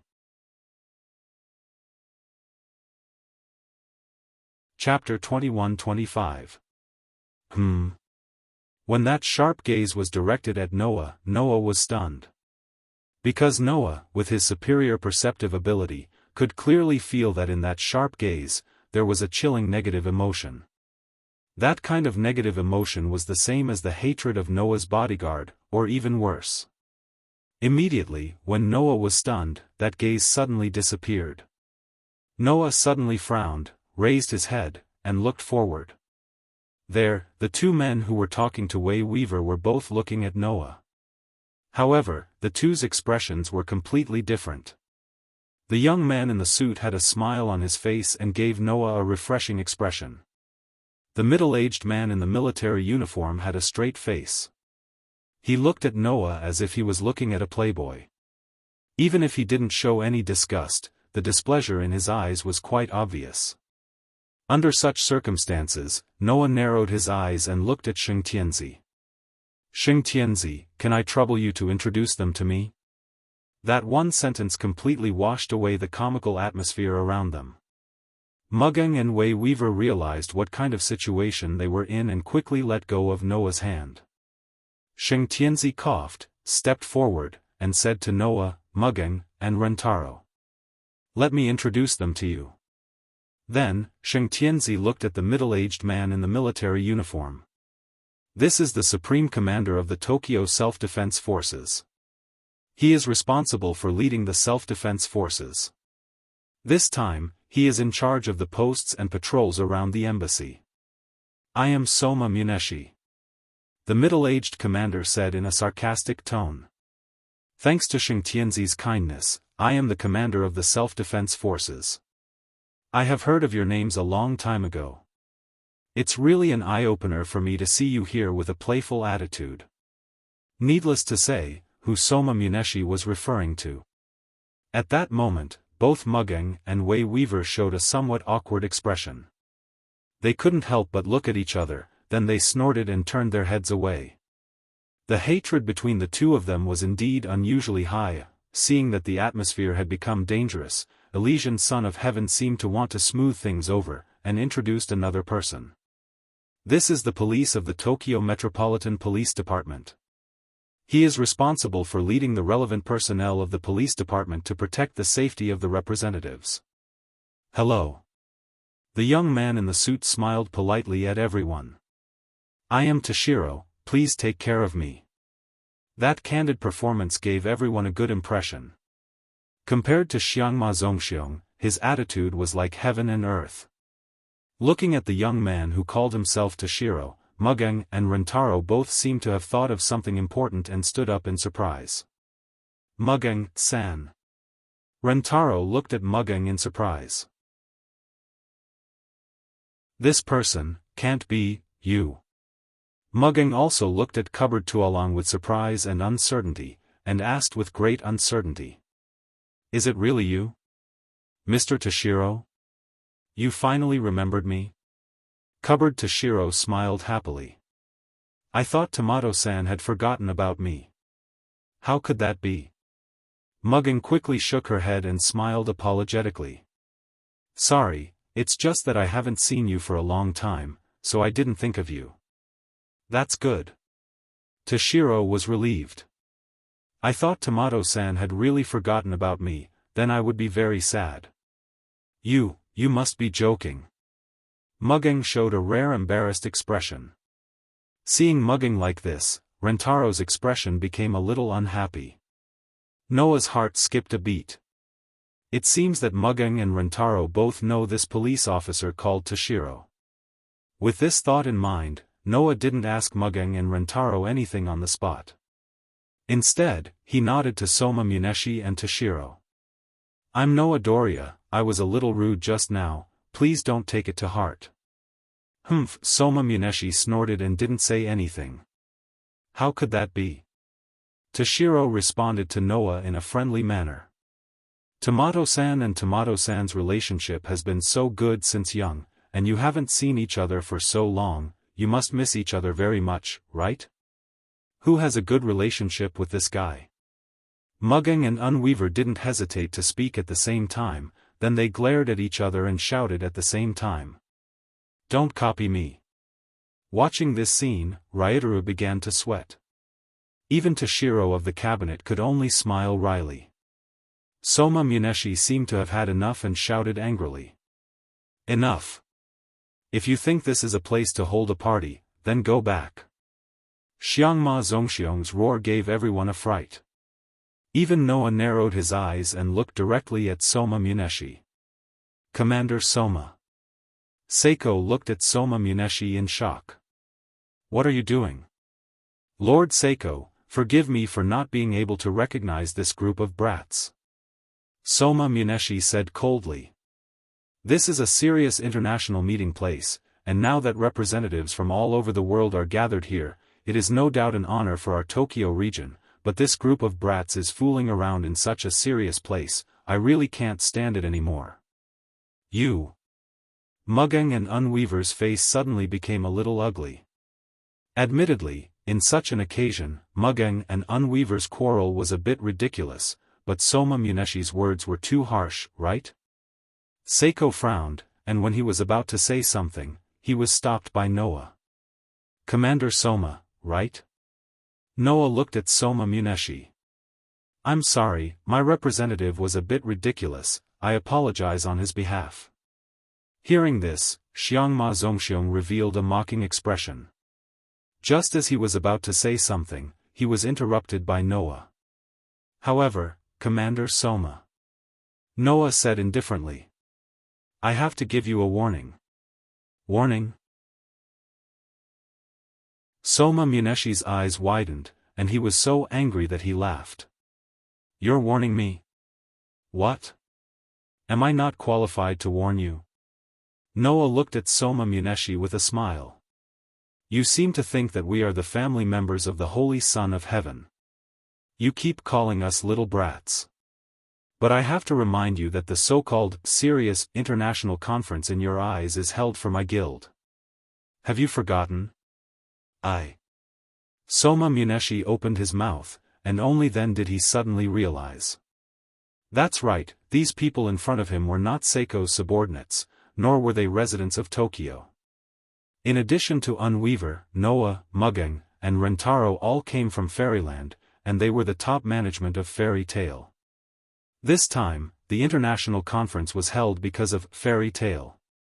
The group of brats in Soma Muneshi's eyes were not here to observe, but to participate in the meeting as members of the meeting.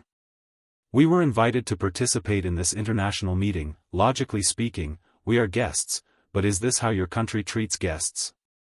Noah said lightly. If that's the case, then I think, Fairyland will not participate in this international meeting. As soon as these words came out, other people's reactions aside, Soma Muneshi finally broke out in a cold sweat. If Noah really left, this international meeting would definitely not continue, and they would have to announce the disbandment. Moreover, the world would not be able to denounce Fairyland. Because, it was not that Fairyland did not want to participate in the meeting, but if the people of Tokyo neglected a country's representative, causing them to leave in anger, the world's blame would be directed to Tokyo, and not Fairyland. At that time, in Soma Muneshi's eyes, the international meeting that gathered representatives from all over the country, and for Tokyo, would become a scandal in Tokyo. As for him, Soma Muneshi, he would have to admit all the responsibility, and under the condemnation of the world, he would be ousted by the angry Tokyo officials and people, and even become a street rat. Thinking of this, Soma Muneshi's forehead was full of sweat. Noah was right. Because Noah and the others were too close to Seiko, and because they were too young, Soma Muneshi thought of Noah and the others as Seiko's family group, the rising stars of Tokyo, and completely forgot that they were not from Tokyo at all. This was also because Unweaver was in a mess with Noah and the others, so it gave Soma Muneshi this illusion. Now, it was too late for regrets. Chapter 21-26. Under Noah's gaze, Soma Munekica squeezed out a voice with much difficulty, but he did not know what to say. This was a real international issue. Although Fairyland was only a new city discovered a year ago, in the eyes of the world, this new force was no different from a new country. Moreover, it was a powerful country with the ability to dominate the world. However, even so, it still could not erase the fact that Fairyland's history was too short.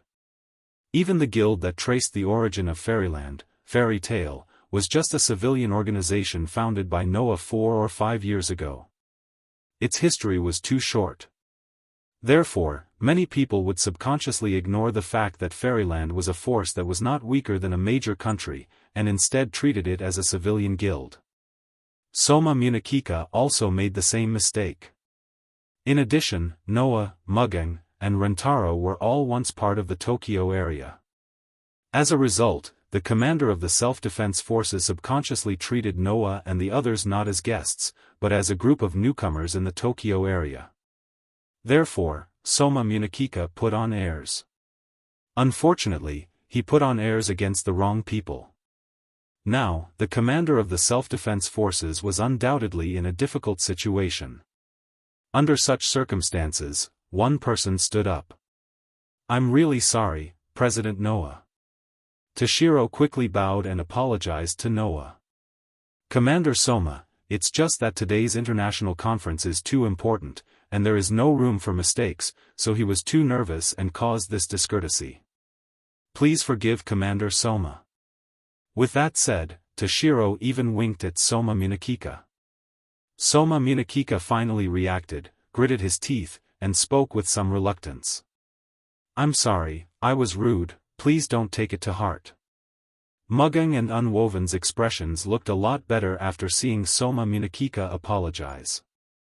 As for Noah, he smiled slightly. "Forget it, although it's a little unpleasant, we did have some discourtesy on our side, so let's just forget about it." Hearing this, Rentaro let out a sigh of relief. Fortunately, Noah was strong enough to not embarrass Mugang and Wei too much. Otherwise, Ryutaru himself would have rushed out first. Mugang and Wei Woven, of course, knew that Noah was helping them vent their anger. They looked at Noah with gratitude. Little did they know that although Noah appeared to be very strong, he was just saying that he would leave.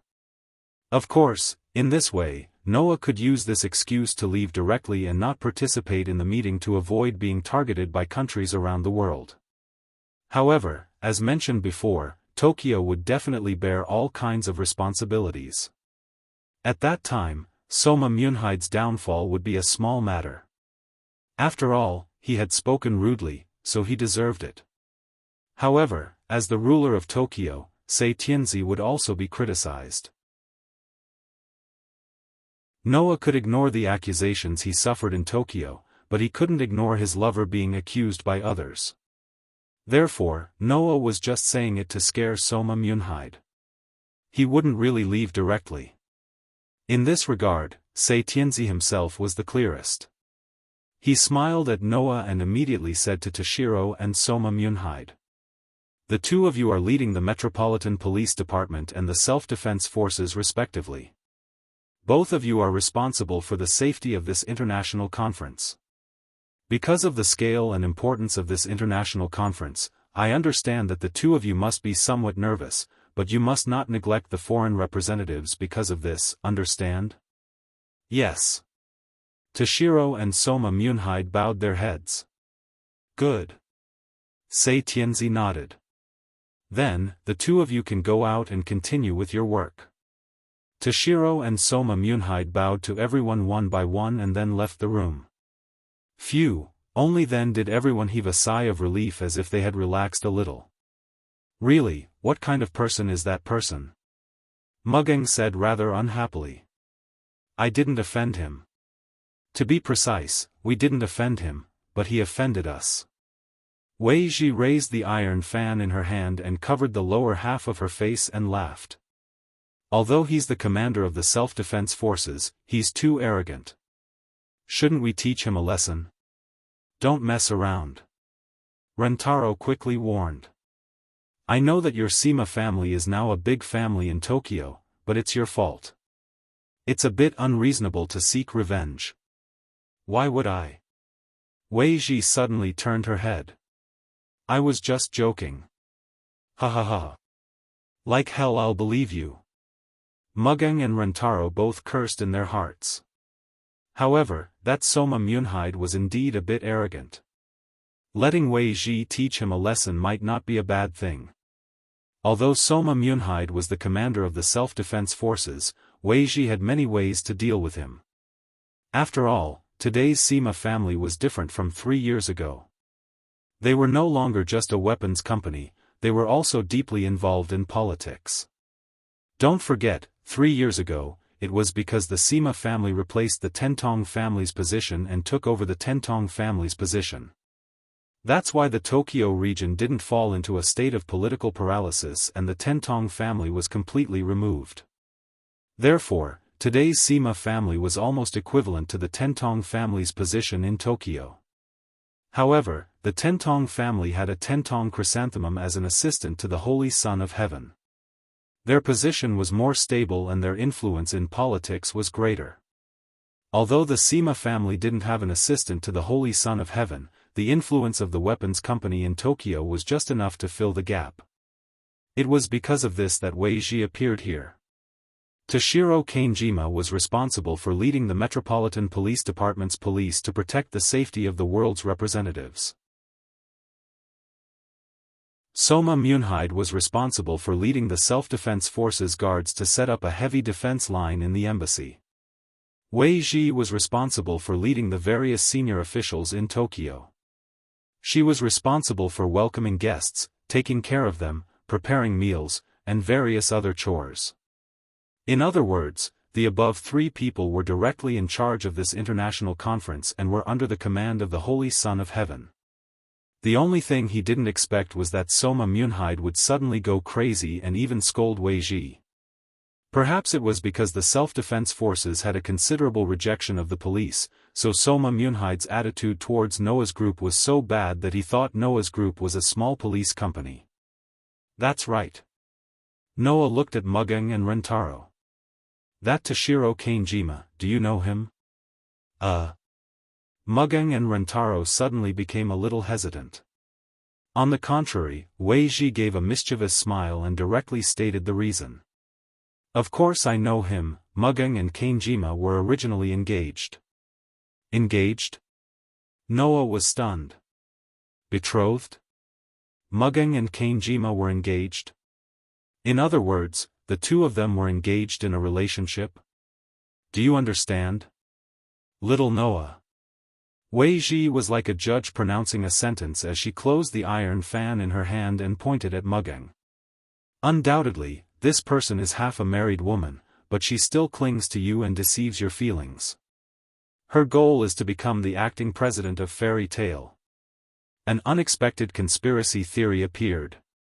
Even Seiji and Rentaro were shocked by Wei Ji's righteous tone and were stunned. As for Noah, he was even more stunned. What nonsense are you talking about? Mugang completely lost her calm as she frantically explained to Noah. It's not like that, I was only engaged with Kanejima, and it was an engagement set by the Tendo family without permission. I never agreed, and when I left the Tendo family, the engagement was already cancelled.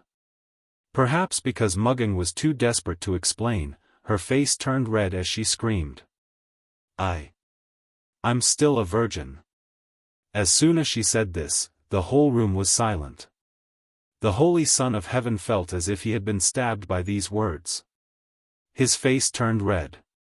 Wei Ji laughed out loud as if her evil plan had succeeded. Ryutaru, on the other hand, was a little embarrassed, but at the same time, he heaved a sigh of relief. As for Noah, the corner of his mouth kept twitching. After a while, he said with some hesitation. Okay, you're still a virgin, but that doesn't seem to have anything to do with me. This sentence finally woke Mugging up. Wah! Half a second later, a cry filled with grief and indignation resounded throughout the embassy.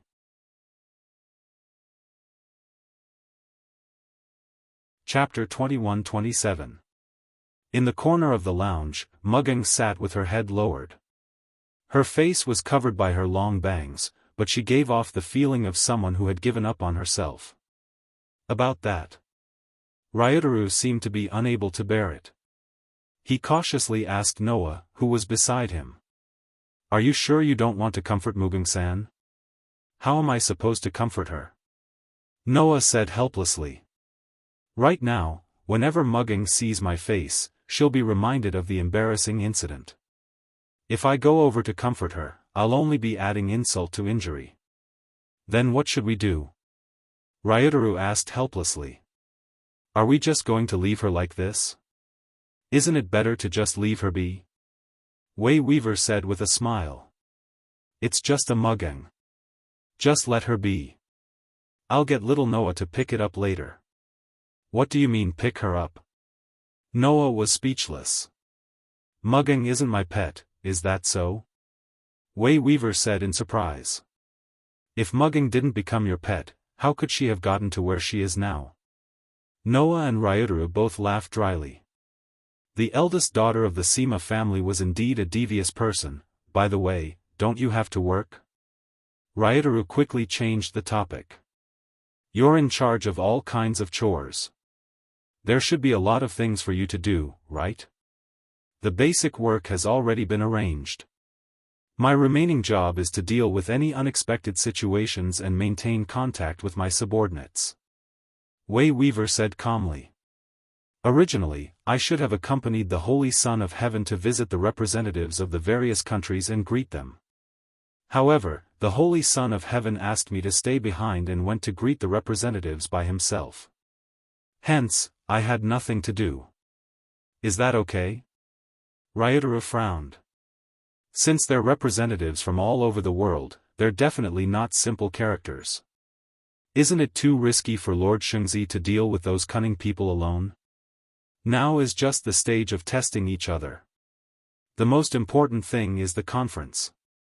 If we can't even get through this stage, we will be completely dominated by the representatives of the various countries at noon. Noah shrugged. That girl must have had such thoughts. That's why she resolutely went to the representatives' lounge alone. It's completely different from 3 years ago when she could only rely on the celestial chrysanthemum. If it wasn't for this, our Sima clan would have already produced a Holy Son of Heaven assistant official, replacing the position of the celestial chrysanthemum minister. Wei Ji spoke frankly. The current Lord Holy Son of Heaven is no longer the same as 3 years ago. Although she is still very young and excessively kind, it is her saint-like purity that firmly attracts everyone. Even the celestial child, Chrysanthemum, serves her from the bottom of his heart. He has never thought of usurping the throne. Indeed, in the past, although the celestial chrysanthemum minister represented the dark side of Tokyo, he had never thought of usurping the Holy Son of Heaven's position. In fact, the celestial chrysanthemum minister respected and loved the Holy Son of Heaven. Even when his crimes were exposed by the Holy Son of Heaven and the celestial chrysanthemum minister fell from grace due to the Holy Son of Heaven's help, he never resented the Holy Son of Heaven until his death. On the contrary, he was gratified by the Holy Son of Heaven's growth. In the current turbid era, the Holy Son of Heaven was very precious to the entire human race for being able to maintain such kindness and purity. Unfortunately, the purest flower in the world was inadvertently plucked by someone. Thinking of this, Noah once again realized that he was indeed a person blessed by the world. Without this level of protection, it would not be so easy to pluck this flower. While Noah was sighing, Ryotaro spoke to Noah again. Speaking of which, since Lord Shungzi has already gone to visit the representatives of the various countries, as the master of Fairyland, shouldn't you go and do a little formality? There's no need. Noah picked up the black tea on the table and leisurely sipped it while answering without hesitation. If it's a meeting for the purpose of networking and exchange, then I don't mind going through the motions and establishing a friendly relationship with the various countries. Unfortunately, they're not here to be friendly with us, but to target us. If that's the case, what's the point of asking about their well-being? Ryotaro thought about it carefully and found that it made sense. But can't we still sound out the opinions of the various countries' representatives? There's no need for that. Noah pursed his lips and smiled. Because no matter what they've prepared for the meeting in the afternoon, I'll make sure they're all speechless. His extremely confident and forceful speech made Ryotaro's heart surge slightly. Even Wei Ji's eyes were twinkling like little stars as she looked at Noah with a look of admiration. As expected of the man I've chosen. To be able to become a man who can compete for the world's hegemony in less than 5 years, you're not just for show. If I had known this would happen, I would have made my move earlier and taken you down to prevent mugging from taking advantage of me. The surge in Ryotaro's heart completely disappeared and was replaced by an indescribable feeling. Even Noah almost rolled his eyes as he said in annoyance. Even if I don't do anything and just sit here, it doesn't mean that the probing won't happen. Both Wei Ji and Ryotaro were slightly taken aback by this sentence. I'm well prepared, but other people aren't. Noah smiled meaningfully. So, even if I don't go looking for others, they might come looking for me. It was as if he was trying to prove that Noah wasn't lying.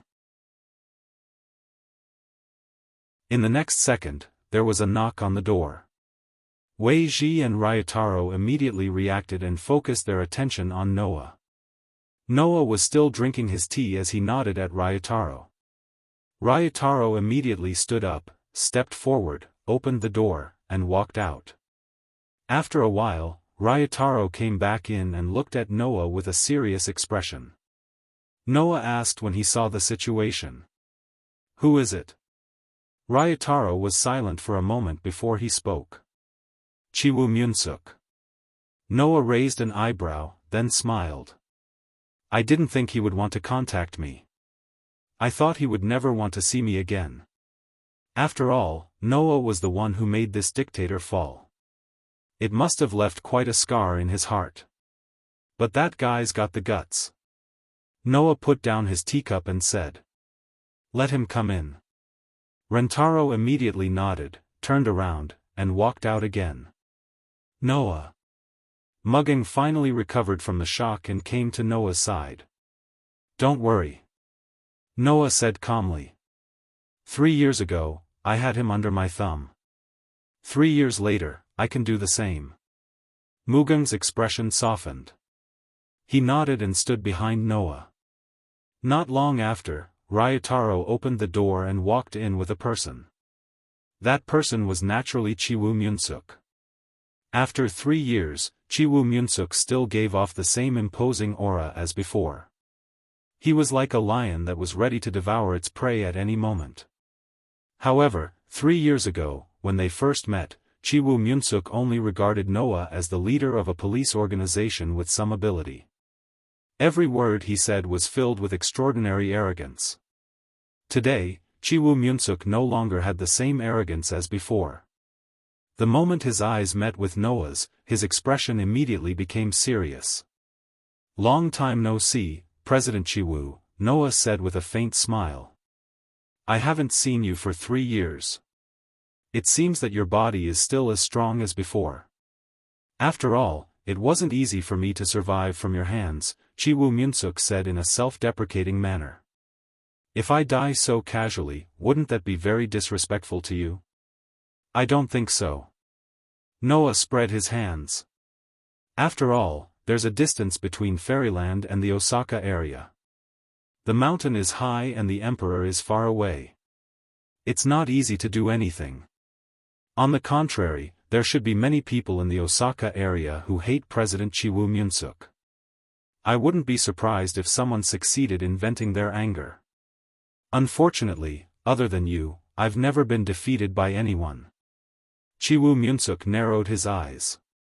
I'm sorry to disappoint you. It's not that I'm disappointed. Noah glanced at Chiwu Myunsuk. To me, whether you live or die really doesn't matter much.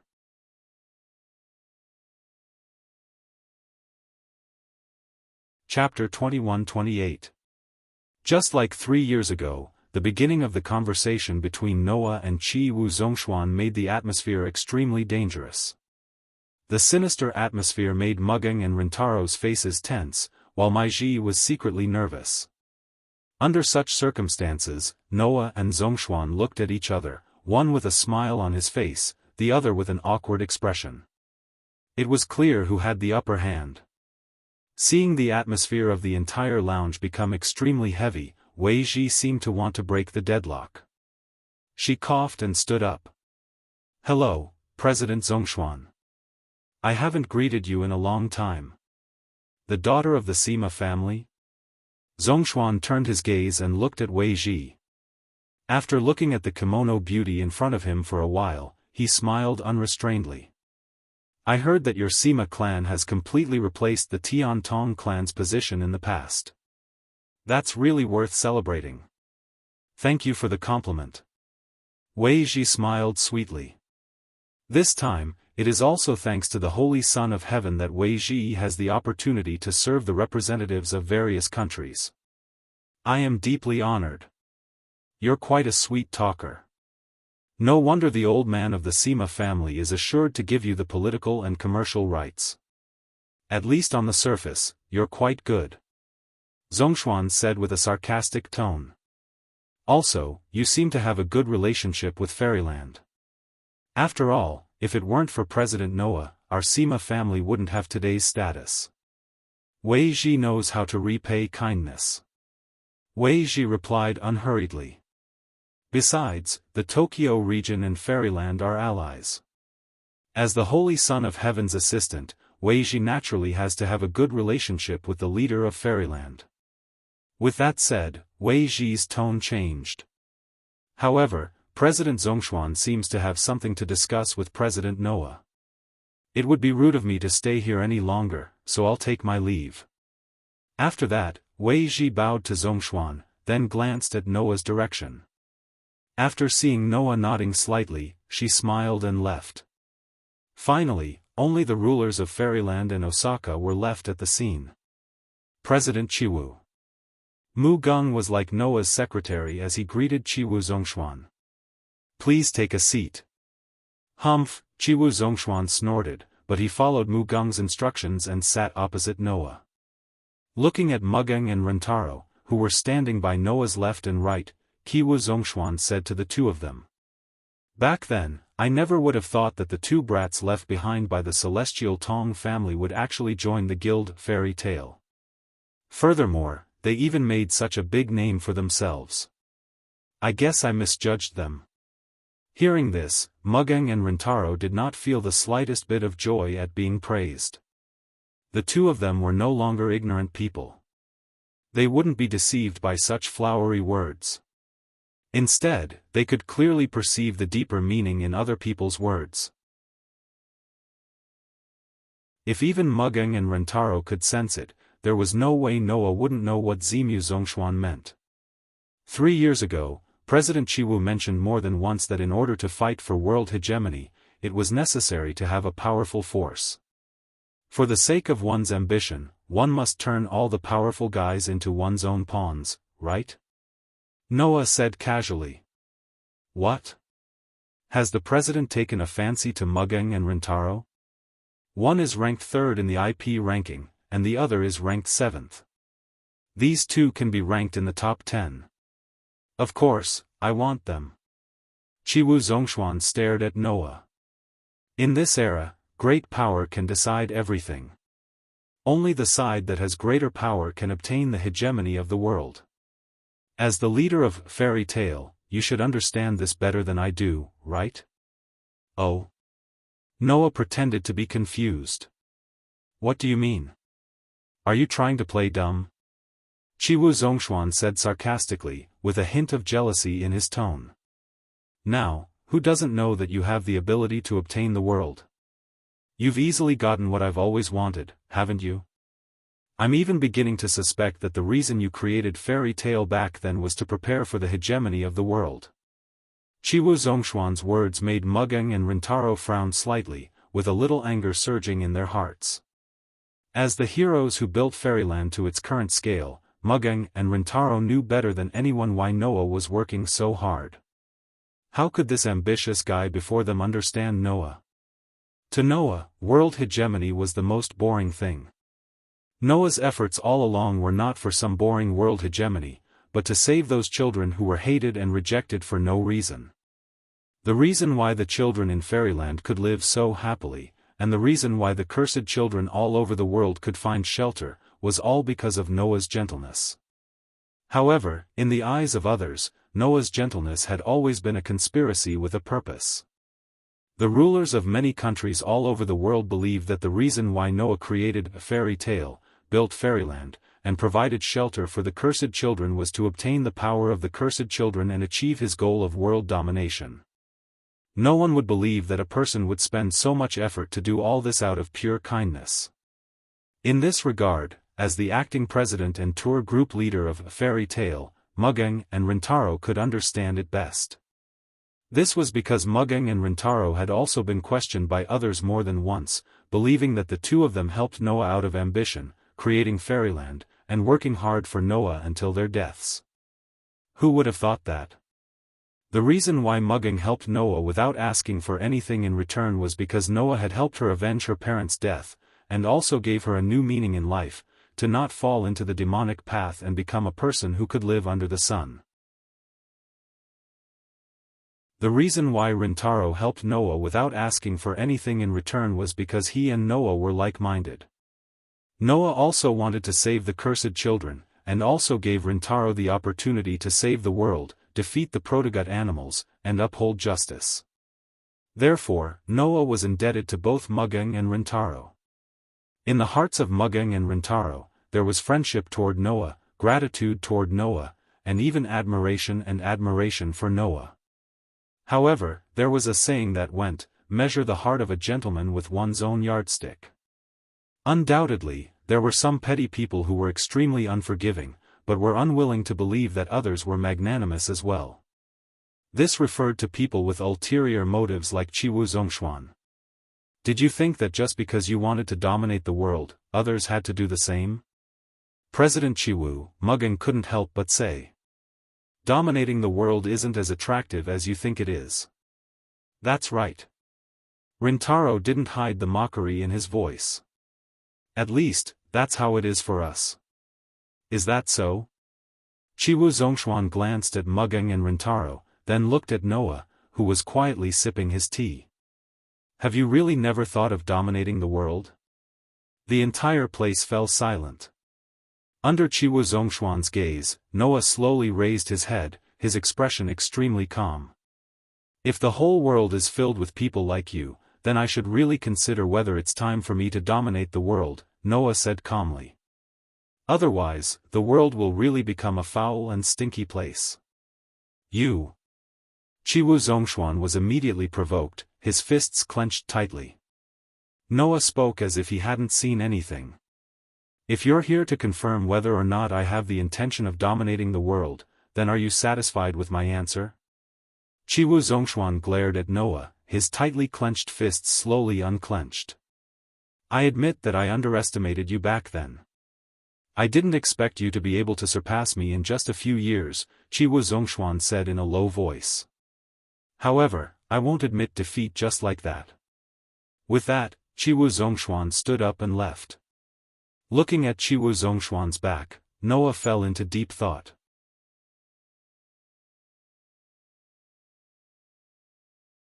Chapter 21-29.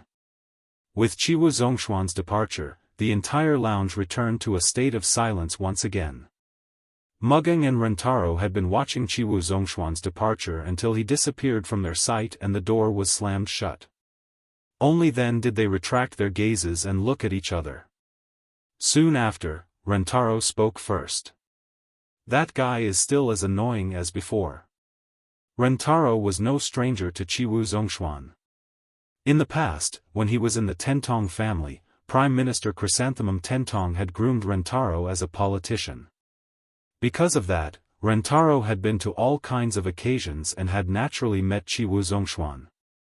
However, it was because he had met Chiwu Zhongshuan that Rentaro would say such a thing. Most people would not have a good impression of someone as ambitious as Chiwu Zhongshuan, right? Although I've seen Chiwu Zhongshuan before, that was before I left the Tiantong family. Mugging crossed her arms, accentuating her ample bosom perfectly. After that, I've never seen the president again. Now that I think about it, it's great. It seemed that Mugging did not have a good impression of Chiwu Zhongshuan as well. When she thought about how it would turn into a confrontation between herself, the acting president, and Chiwu Zhongshuan if Noah did not return, Mugging found it very annoying no matter how she thought about it. Someone as ambitious as that would probably hate Fairyland's existence the most, right? Mugging pointed that out. In this meeting, the people who directly clashed with us should all be people like Chiwu and Zhongshuan. Although the representatives of the various countries who came to participate in this international conference were all here for Fairy Tale and had the same goal, their starting points were different. Some representatives wanted to fight for the strength of the cursed child for their country. Some wanted to get rid of the situation where they might be controlled by Fairyland in the future. Some wanted to take advantage of the situation to weaken Fairyland's influence on the world. Some country representatives were like Chiwu Zhongshuan, whose ultimate goal was world hegemony. They could not bear to see the threat of Fairyland and wanted to suppress or even eliminate it. In other words, although the representatives of these countries were all here for Fairy Tale, some were here for their countries, some for their rights, some for their own interests, and some for their own ambitions. Among them, people like Chiwu Zhongshuan, who believed that Fairy Tale was a huge threat and had their eyes on what they wanted, were undoubtedly the people who were most hostile to Fairy Tale. Isn't this the kind of person we need to pay attention to the most? Ryutaru scratched his head in annoyance. Really, it's one thing to be targeted by terrorist forces who can't see the truth, but I still have to deal with these ambitious guys. Just thinking about it makes me feel annoyed. But if Fairy Tale wants to save all of the cursed children, or even the entire world, she will have to face these people sooner or later. Mugging was very open-minded. We'll definitely have to deal with these people in the future. Riki-kun, you better be mentally prepared. I'm not good at dealing with these guys. Ryutaru quickly shook his head. Miss Mugging, if you want me to be your bodyguard, then I'll do my best. If you want me to feign civility with these guys, then forget it. That's why Riki-kun is really useless. Mugging said unhappily. Fortunately, I have Xiaoshu to give me ideas. Otherwise, I don't know how I'll survive these 3 years. Alright, I'm useless. Ryutaru spread his hands. Noah, on the other hand, did not hear the conversation between Mugging and Ryutaru at all as he was lost in his own thoughts. After a while, Noah raised his head and looked at Mugging. Mugging, can you get someone to keep an eye on Chiwu Zhongshuan? Get someone to keep an eye on Chiwu Zhongshuan. Mugging was stunned before she reacted. Why? Is there a problem with Chiwu Zhongshuan? There are many problems. He's so ambitious that it's already a problem for us. Noah shrugged. It's just that his dedication to world hegemony has made me somewhat suspicious. Suspicious? Ryutaru asked. Suspicious of what? Noah softly uttered a name, causing Mugging and Ryutaru to widen their eyes slightly. Are you sure? Mugging asked in surprise. Are you sure Chiwu Zhongshuan has something to do with that? Of course I'm not sure.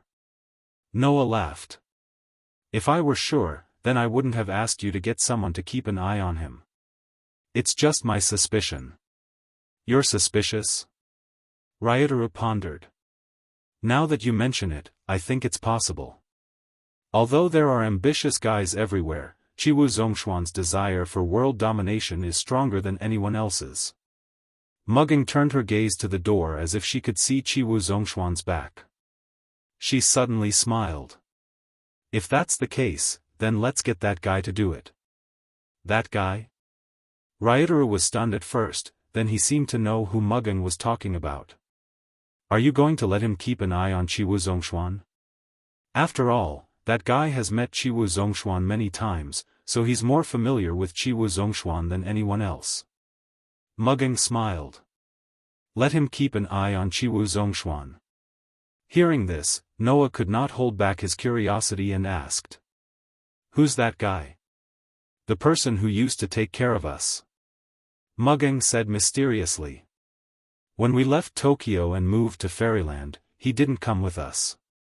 Still, he's our guardian in name and has always kept in touch with us. After the existence of Fairyland was exposed a year ago, we've become closer than before. Sometimes, I'd even ask him for help with certain things, and now is the time to ask for his help. With that said, Mugging took out his phone and walked to the side to make a call. Watching Mugging like this, Ryotaro muttered wistfully. Come to think of it, it's been a long time since I've contacted him. Ryotaro's mutterings did not reach Noah's ears. That was because Noah was frowning and muttering. A year ago? It seems that a lot of things changed after Fairyland's existence was exposed a year ago. Not only was Fairy Tail completely pushed into the limelight, but the Tokyo region had also become an ally of Fairyland, and the relationships between various characters had also become clear. For example, Tina's sisters joined the Fairy Tail. Another example was when Zhuowei Ren was resurrected and Li Qing-yin reappeared. Furthermore, they were all standing opposite of Fairy Tail. The people around Noah, Mugging, Ryotaro, and the others seemed to be divided into two groups, either allies or enemies. If things continued to develop like this, the world structure would definitely become clear because of Fairyland's existence, and because of Fairy Tail's existence. But I've never had the patience to wait for things to develop slowly, Noah muttered. Let me just ignite a fire so that the fuses connected to all parts of the world will be burnt out, but not even an explosion will occur. While Noah was muttering to himself, Mugging had already finished making the call. It's done. Mugging walked over and said. The matter has been handed down, and they have also agreed to this matter. Unless Zhongshuan Qi leaves Tokyo, he will be monitored 24 hours a day. Noah nodded and did not say anything else. After all, Zhongshuan Qi was only one of the people that needed to be watched. Noah's opponent was not just Zhongshuan Qi, but the representatives of all the countries in the world. In the following period of time, as Noah said before, all kinds of people came to the door, trying to find out something. Of course, in the face of such a cunning person like Noah, these people could only leave with a belly full of anger and dejectedly. Just like that, time passed little by little. Unknowingly, noon had quietly arrived.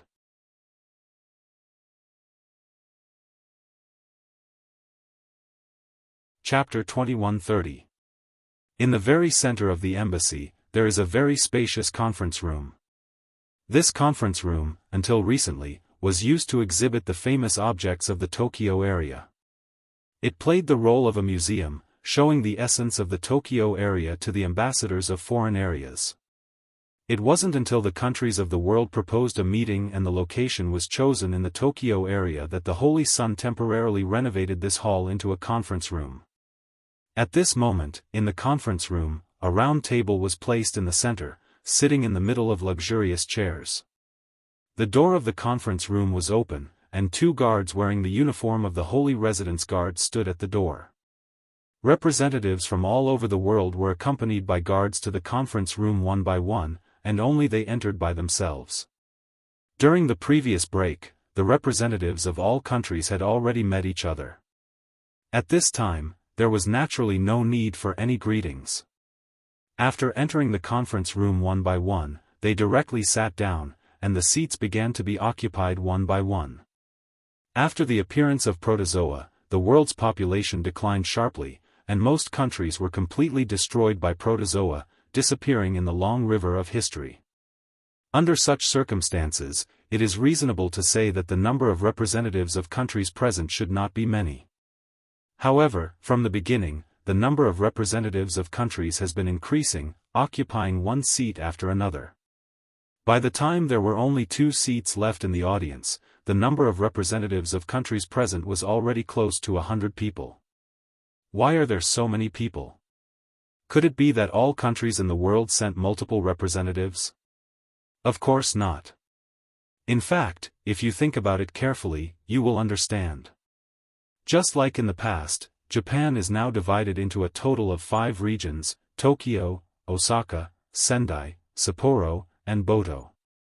The rest of the countries have suffered the same result as Japan, more or less divided into several regions.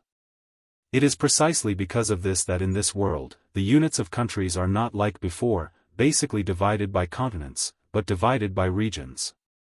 In other words, the Tokyo area is an independent country, the Osaka area is an independent country, and the rest of the areas are also divided into independent countries one after another, so the number of countries has not decreased by much. In view of this, the number of representatives from all over the world is so large. However, although the number is large, it doesn't give people a sense of noise. After all, the people present were either the heads of state or important people in power. None of them were ruffians and would not make a racket in such a formal occasion. Therefore, after taking their seats, every country's representatives just sat there quietly. Even if there were whispers from time to time, it would not spoil the solemn atmosphere of the scene. After an unknown period of time, the final main characters finally arrived. Under the watchful eyes of the guards, Noah and Seiko walked out from one end of the corridor, followed by Mugging and Rintaro. Together, they walked towards the door of the conference room. Before they even entered the conference room, Noah and the others could already see that the room was filled with representatives from various countries. The representatives in the conference room seemed to have noticed the arrival of Noah's group. They all turned their heads and looked at them.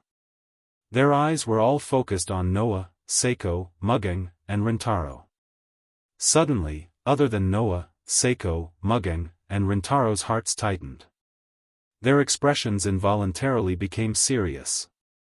There was still some distance between them and the conference room, but when they saw all the representatives sitting in the conference room and felt the gazes of those representatives, Seiko, Mugging, and Rintaro had the illusion that they were about to step into the mouth of a ferocious beast. Only Noah's expression did not change. His face was calm. However, Noah asked Seiko in a low voice. "The things I asked you to prepare, have you prepared them?" "I've prepared them." Seiko did not turn around. She was still looking forward. Her red lips moved slightly as she said worriedly. "But, can that avoid war?" Can it or not?" Noah smiled irresponsibly. "Just wait and see." With that, Noah did not hesitate. He quickened his pace and walked towards the conference room. Although Seiko still wanted to say something, looking at Noah's back, a surge of courage and trust emerged in his heart. He steadied himself and followed closely. Mugging and Rintaro did not hear the conversation between Noah and Seiko. They looked at each other and followed. When they reached the door, Rintaro stopped and watched as Noah, Seiko, and Mugging entered the conference room. Immediately, the 2 guards immediately stepped forward and slowly closed the wide door of the conference room. Bang! With a loud sound of the door closing, the entire conference room was completely sealed off. However, the heavy atmosphere in the air did not decrease. Instead, it increased. All the representatives looked at the arrival of Noah, Elysium, and Mugging. Their gazes changed, and they looked at each other. Everything was said in silence. Just like that, Noah and Seiko sat down in the remaining 2 seats. Only Mugang was left standing behind Noah. Looking at this scene, many of the representatives showed dissatisfaction. The importance of this international conference was self-evident. There was no need for further explanation. In order to avoid any accidents, the conference was conducted in a closed manner. Every country's representative had to go into battle alone. They were not even allowed to bring their guards with them. In the end, Noah brought someone with him. Was that not telling everyone that Noah was more special than everyone present, and even had a higher status? This way, the representatives of each country would naturally be dissatisfied. However, they were all smart people. They knew that this was not the time to denounce. That was because Mugang was not an ordinary guard. He was the acting president of Fairy Tale.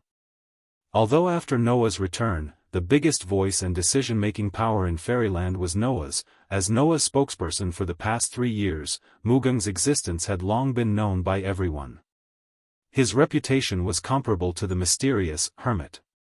In other words, Mugang could also be a representative of Fairyland. Even so, it was equivalent to Fairyland sending 2 representatives. However, the international conference did not stipulate that a country could not send more than 1 representative, right? In this case, if they were to denounce, they would only end up with a few sarcastic remarks. It would not help the outcome at all. Thinking of this, even if they were dissatisfied, the representatives of each country did not say anything. Of course, many people thought that the reason Noah brought Mugang along was not because he lacked confidence, but because he was not in Fairyland for the past 3 years and did not understand the situation. If he were to attend this conference alone, he might be at a disadvantage. With this thought, many people began to think that the real troublesome one should be Mugang, and not Noah.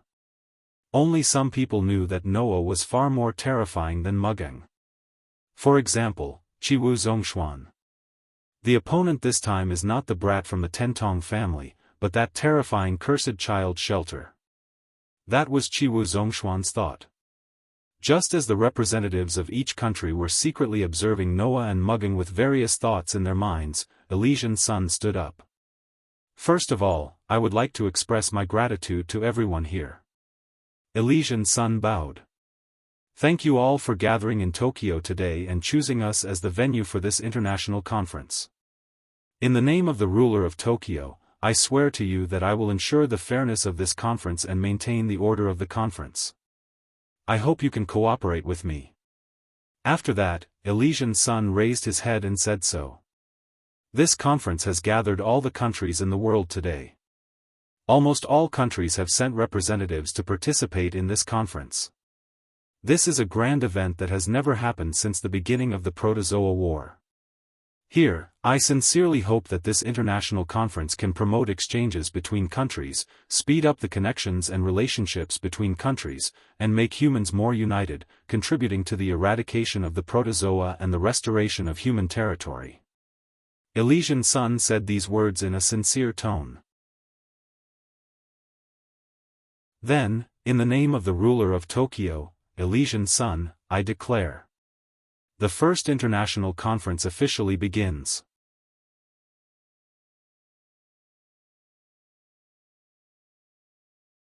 Chapter 2131. President Noah. President Noah. President Noah. When Seiji announced the start of the meeting, most of the representatives couldn't wait to speak, and they all spoke in Japanese. After all, they were representatives of various countries selected to participate in the international conference. In order to achieve their own goals in the conference, it was unlikely that the countries in the world would send someone who had to communicate through a translator as a representative. There was some risk involved in that. However, when the representatives of various countries were about to speak, Noah suddenly raised his hand. Everyone, I'm sorry. Noah interrupted the speech of all the representatives with a very calm sentence. Before the meeting begins, I want everyone to witness a big action initiated by Fairyland with me. With one sentence, all the representatives present were stunned. Ignoring the stunned representatives, Noah looked at Sheng Tianzi and said to him, "Bring up the things you've prepared." "What?" Sheng Tianzi was extremely surprised. "Now?" "That's right." Noah looked straight at Sheng Tianzi. "Now. Got it." Sheng Tianzi's face was full of confusion. He didn't know what Noah was going to do, but he still did as Noah said. He took out the communicator from his arms and said, "Bring up the things." As soon as Sheng Tianzi's words fell, the door of the conference room opened. The moment the clear sound of the door opening rang out, all the representatives present turned their gazes towards the door. In the next second, all the representatives of the various countries saw it.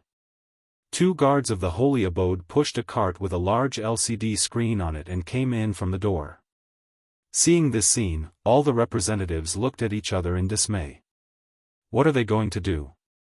Even Qiwu Zhongshuan in the crowd frowned. He stared at the LCD screen that was slowly pushed in by the guards and couldn't help but ask in a deep voice. "President Noah, Lord Sheng Tianzi, what are you going to do?" "Don't worry, President Qi Wu," Noah said calmly. "You'll know later. Anyway, I won't disappoint you." Unfortunately, the more Noah said this, the more uneasy Zhongshuan felt. Because Qiwu Zhongshuan knew that the true master of Fairyland would never do something meaningless for no reason. When the international conference was announced, Noah was definitely not trying to mystify things by doing this. Therefore, Qiwu Zhongshuan had a feeling. Following this, the development of the entire international conference would most likely exceed the expectations of all the representatives present. With this thought in mind, Qiwu Zhongshuan suppressed the uneasiness in his heart and stared closely at the LCD screen. All the representatives present had their attention completely focused on the LCD screen, their expressions more or less carrying a trace of confusion and doubt. Just like that, the two guards pushed the screen to the front of the conference room, facing all the representatives. Only Noah had his back to the LCD screen. Then, the two guards bowed and retreated, closing the door of the conference room again.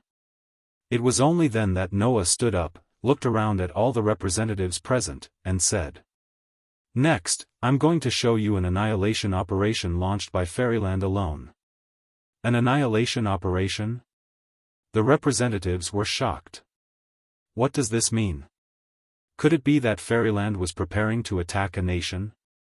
Is this man going to show the power of Fairyland and use a reign of terror to make everyone here compromise?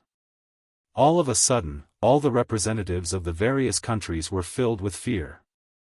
Noah, on the other hand, acted as if he did not see anything and spoke to Muggeng. "Muggeng, get ready." "Got it."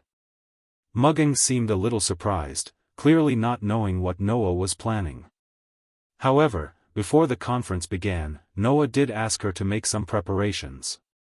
Therefore, when Noah spoke, Muggeng walked to the side of the LCD screen and started operating on a laptop next to the LCD screen. Clang! In the next second, the LCD screen lit up and showed an image. The scene that appeared on the screen was a forest. Looking at the forest on the screen, the expressions of many of the representatives present changed abruptly. The demonic forest? The demonic forest. This name was familiar to all humans. This was especially true for those of the older generation who had experienced the first Protogut animal war. This name was enough to make them turn pale in fear. Because, as the name suggests, it was one of the three great demonic realms in the world today. In this era where the protozoans appeared and most of the human land was occupied by them, there were three places that were classified as the most dangerous regions by the world. In those three regions, the most terrifying protozoans in the world lived. Some of them were occupied by a large number of protozoans, treating them as territories and territories. Some of them were hibernating protozoans of the highest level, which were stage V zodiac protozoans. Even other protozoans did not dare to step into them. Therefore, these three regions were called the demonic realms by humans. They were the demonic forest, the demonic canyon, and the demonic sea region. If one day, humans had the ability to attack the three great demonic realms, it would mean that the protozoans were about to be wiped out, and the human race would regain its past glory. Therefore, the ultimate goal of humans was to trample the three great demonic realms. At this moment, the forest shown on the LCD screen was one of the three great demonic realms, the demonic forest. In there lived a group of the highest-level protozoans in the world.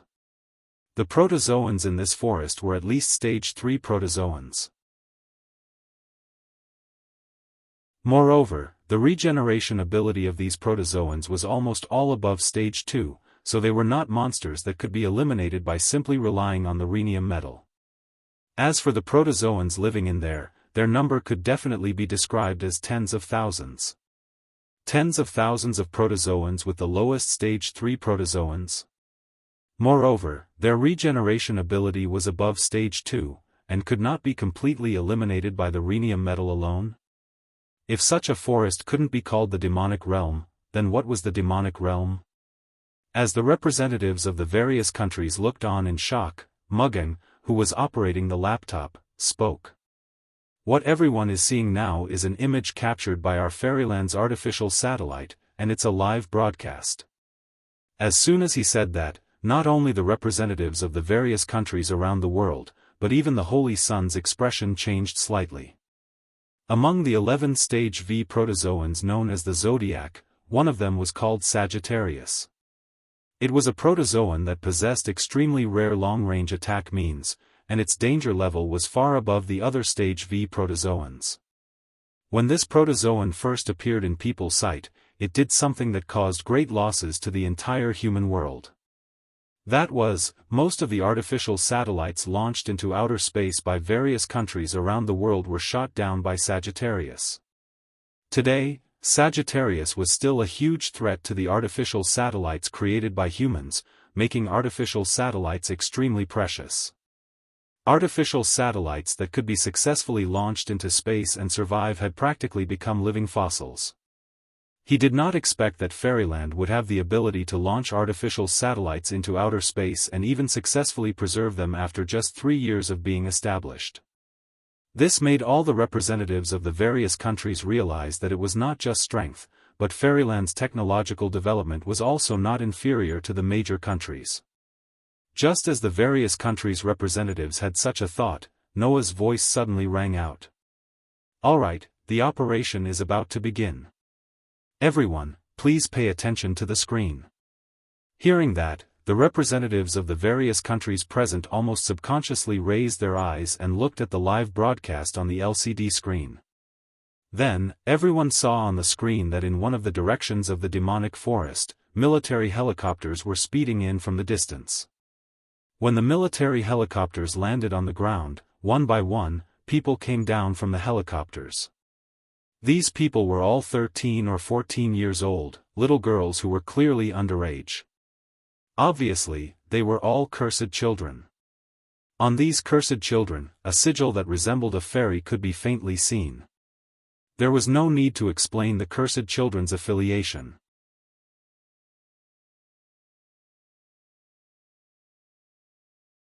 Chapter 2132. Seeing the cursed children disembarking from the military helicopter one after another and lining up neatly, facing the demonic forest, all the country representatives in the conference room widened their eyes slightly. Initiator of the IP ranking number 3, Think Tank. Initiator of the IP ranking number 4, Pluto. Initiator of the IP ranking number 6, Multiple Eyes. Initiator of the IP ranking number 7, Tornado. Initiator of the IP ranking number 9, Small Annihilation. Initiator of the IP ranking number 10, Dive into the Sea. One by one, the nicknames of the initiators that almost resounded throughout the world appeared in the conference room amidst the shocked voices of the country representatives. Even Mugging and the Holy Son of Heaven stared blankly at the familiar faces of the girls at the front of the neatly arranged initiator group on the LCD screen and fell into shock. After all, among them, even Xia Shi and Yan Zhu were among them, and their images were clearly reflected on the screen. Other than Xia Shi and Yan Zhu, who were among the top 10 initiators in the IP ranking, in the group formed purely by the cursed children, the remaining initiators were also very famous. Among them, there was no lack of initiators in the top 100 IP ranking. As such, how could the representatives of the various countries not recognize these young ladies? As for Mugging, he was even more familiar with these girls. As the acting president of Fairy Tale, Mugging could clearly tell everyone that the children in that group were all the top initiators in Fairy Tale. Just by the IP ranking alone, there was not a single one of them who was not in the top 1,000. And these initiators were all gathered in front of the demonic forest, one of the 3 demonic realms in the world, and their numbers were definitely above 500. In other words, other than the initiators and the top 1,000 initiators, the highest combat power in Fairyland was all gathered together. They were led by a girl. Looking at the girl standing at the front of the group, her dress fluttering in the wind, her silver blonde hair rippling, and her eyes turning into a cold scarlet color, the representatives of the countries present were almost speechless. The initiator of the first IP ranking, Black Wind. Tina was the one who led the initiators of Fairy Tale in the top 1,000. What's going on? Have all the initiators in Fairy Village gathered in the demonic forest? What are you planning to do? All the representatives of the various countries were in an uproar. Noah! Noah! Mugging and the Elysian son of Sage also spoke to Noah, their faces full of shock and confusion. In response, Noah only gave the two of them a reassuring look, but the words he said made the crowd even noisier. As all of you can see, the target of our annihilation operation this time is the demonic forest. When they heard this, all the representatives had only one thought in their minds. Ridiculous. It was so absurd that it made people speechless. Guild leader Noah. After a moment of silence, Chiwu Zhongshuan turned to look at Noah. Do you know what you're saying? What? Noah said without batting an eyelid. Does President Chiwu think this is unrealistic? Isn't that a matter of course? Chiwu Zhongshuan said with either pity or sarcasm. If the 3 great demonic realms were so easy to annihilate, humans would have reclaimed all their lands and wiped out all the protozoa. Why wait until now? Following Chiwu Zhongshuan's words, the representatives of the various countries present spoke one after another.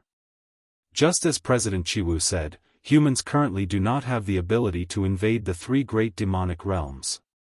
Take the demonic forest for example.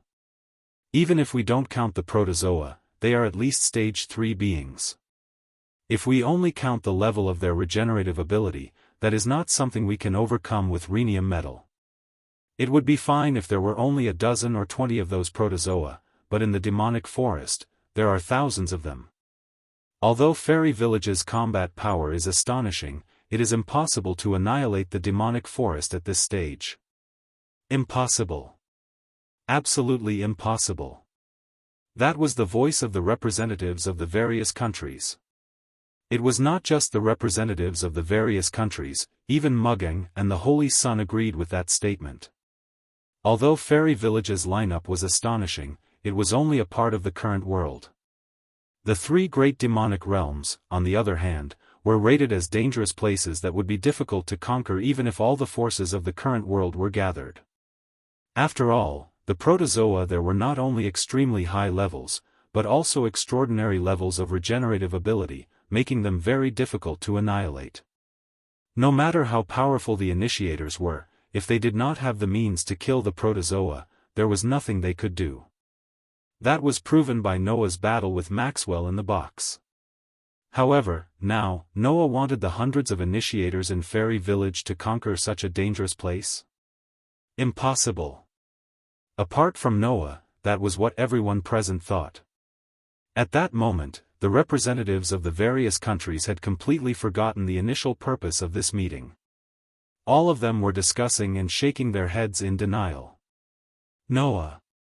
Mugging and the Holy Sun turned their worried gazes to Noah. However, Noah's expression did not change. Since that's what everyone thinks, why not waste some time and watch Fairy Village's spontaneous battle of annihilation? Noah chuckled. Alright, it's time to begin. With that, Noah turned around and looked at the LCD screen behind him.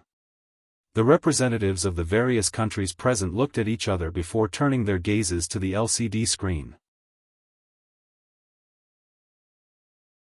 At the same time, before the demonic forest, the initiators of Fairy Village who had finished lining up all raised the weapons in their hands. With Tina's command, all of the initiators of Fairy Village let out a battle cry and surged into the demonic forest without hesitation. Moreover, their speed was shockingly fast. The distance of several hundred meters was reduced to 0 in the blink of an eye. Then, the initiators dashed into the demonic forest like agile cheetahs, leaping back and forth between trees, ground, and rock walls as they charged into the depths of the forest. Roar, roar, roar, roar, roar. As if sensing the intruders, roars and howls like a tidal wave echoed from every corner of the demonic forest. In the next second, a gigantic creature with an extremely strange appearance appeared in front of the forest. It was as if dozens of different animals had been forcefully blended together, charging at them violently.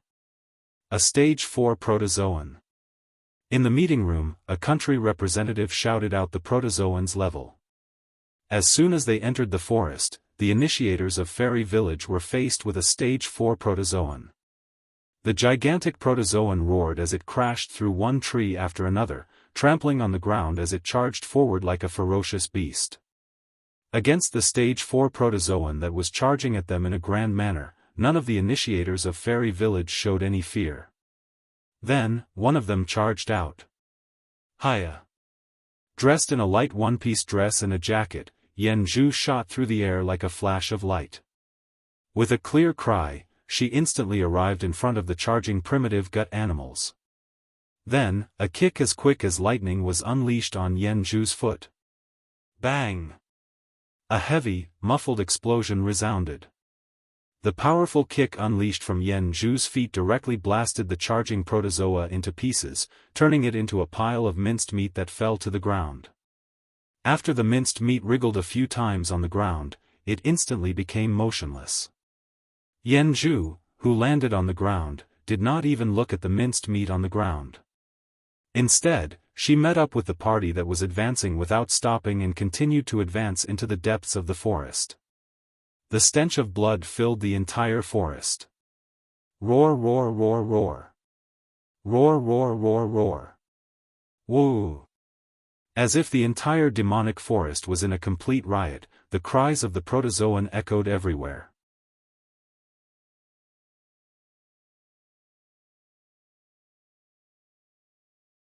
Chapter 21:33. Rumble.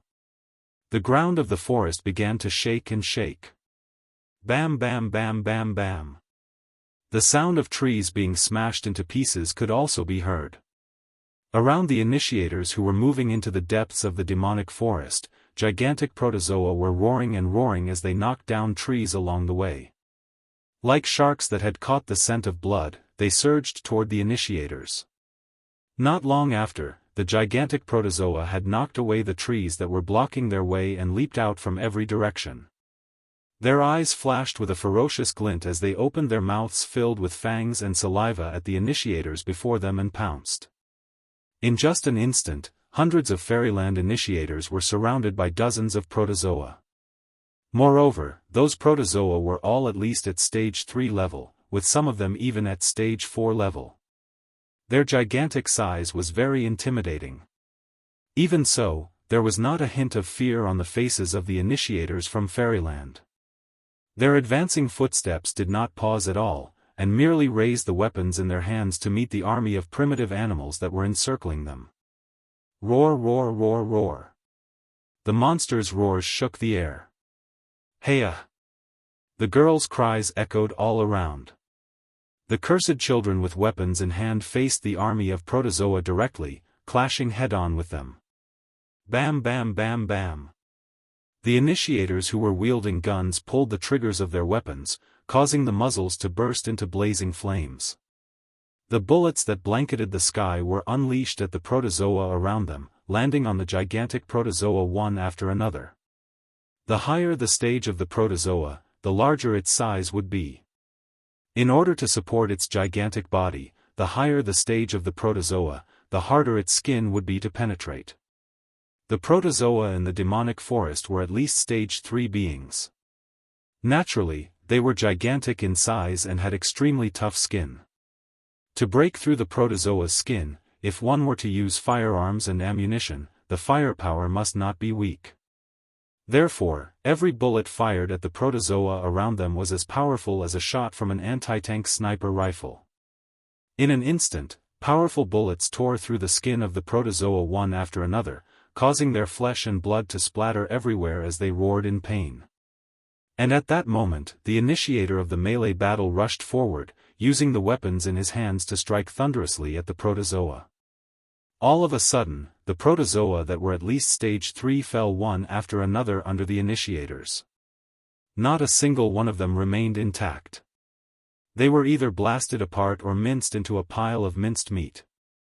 Then, just like the protozoa from before, the minced meat wriggled on the ground for a while before stopping altogether, turning into a pile of carcass remains. The initiators, led by Tina, only took 30 seconds to take care of this group of primitive animals. 30 seconds later, the hundreds of initiators finished off all the protozoa that surrounded them. Like agile cheetahs, they continued to leap between the trees and marched forward.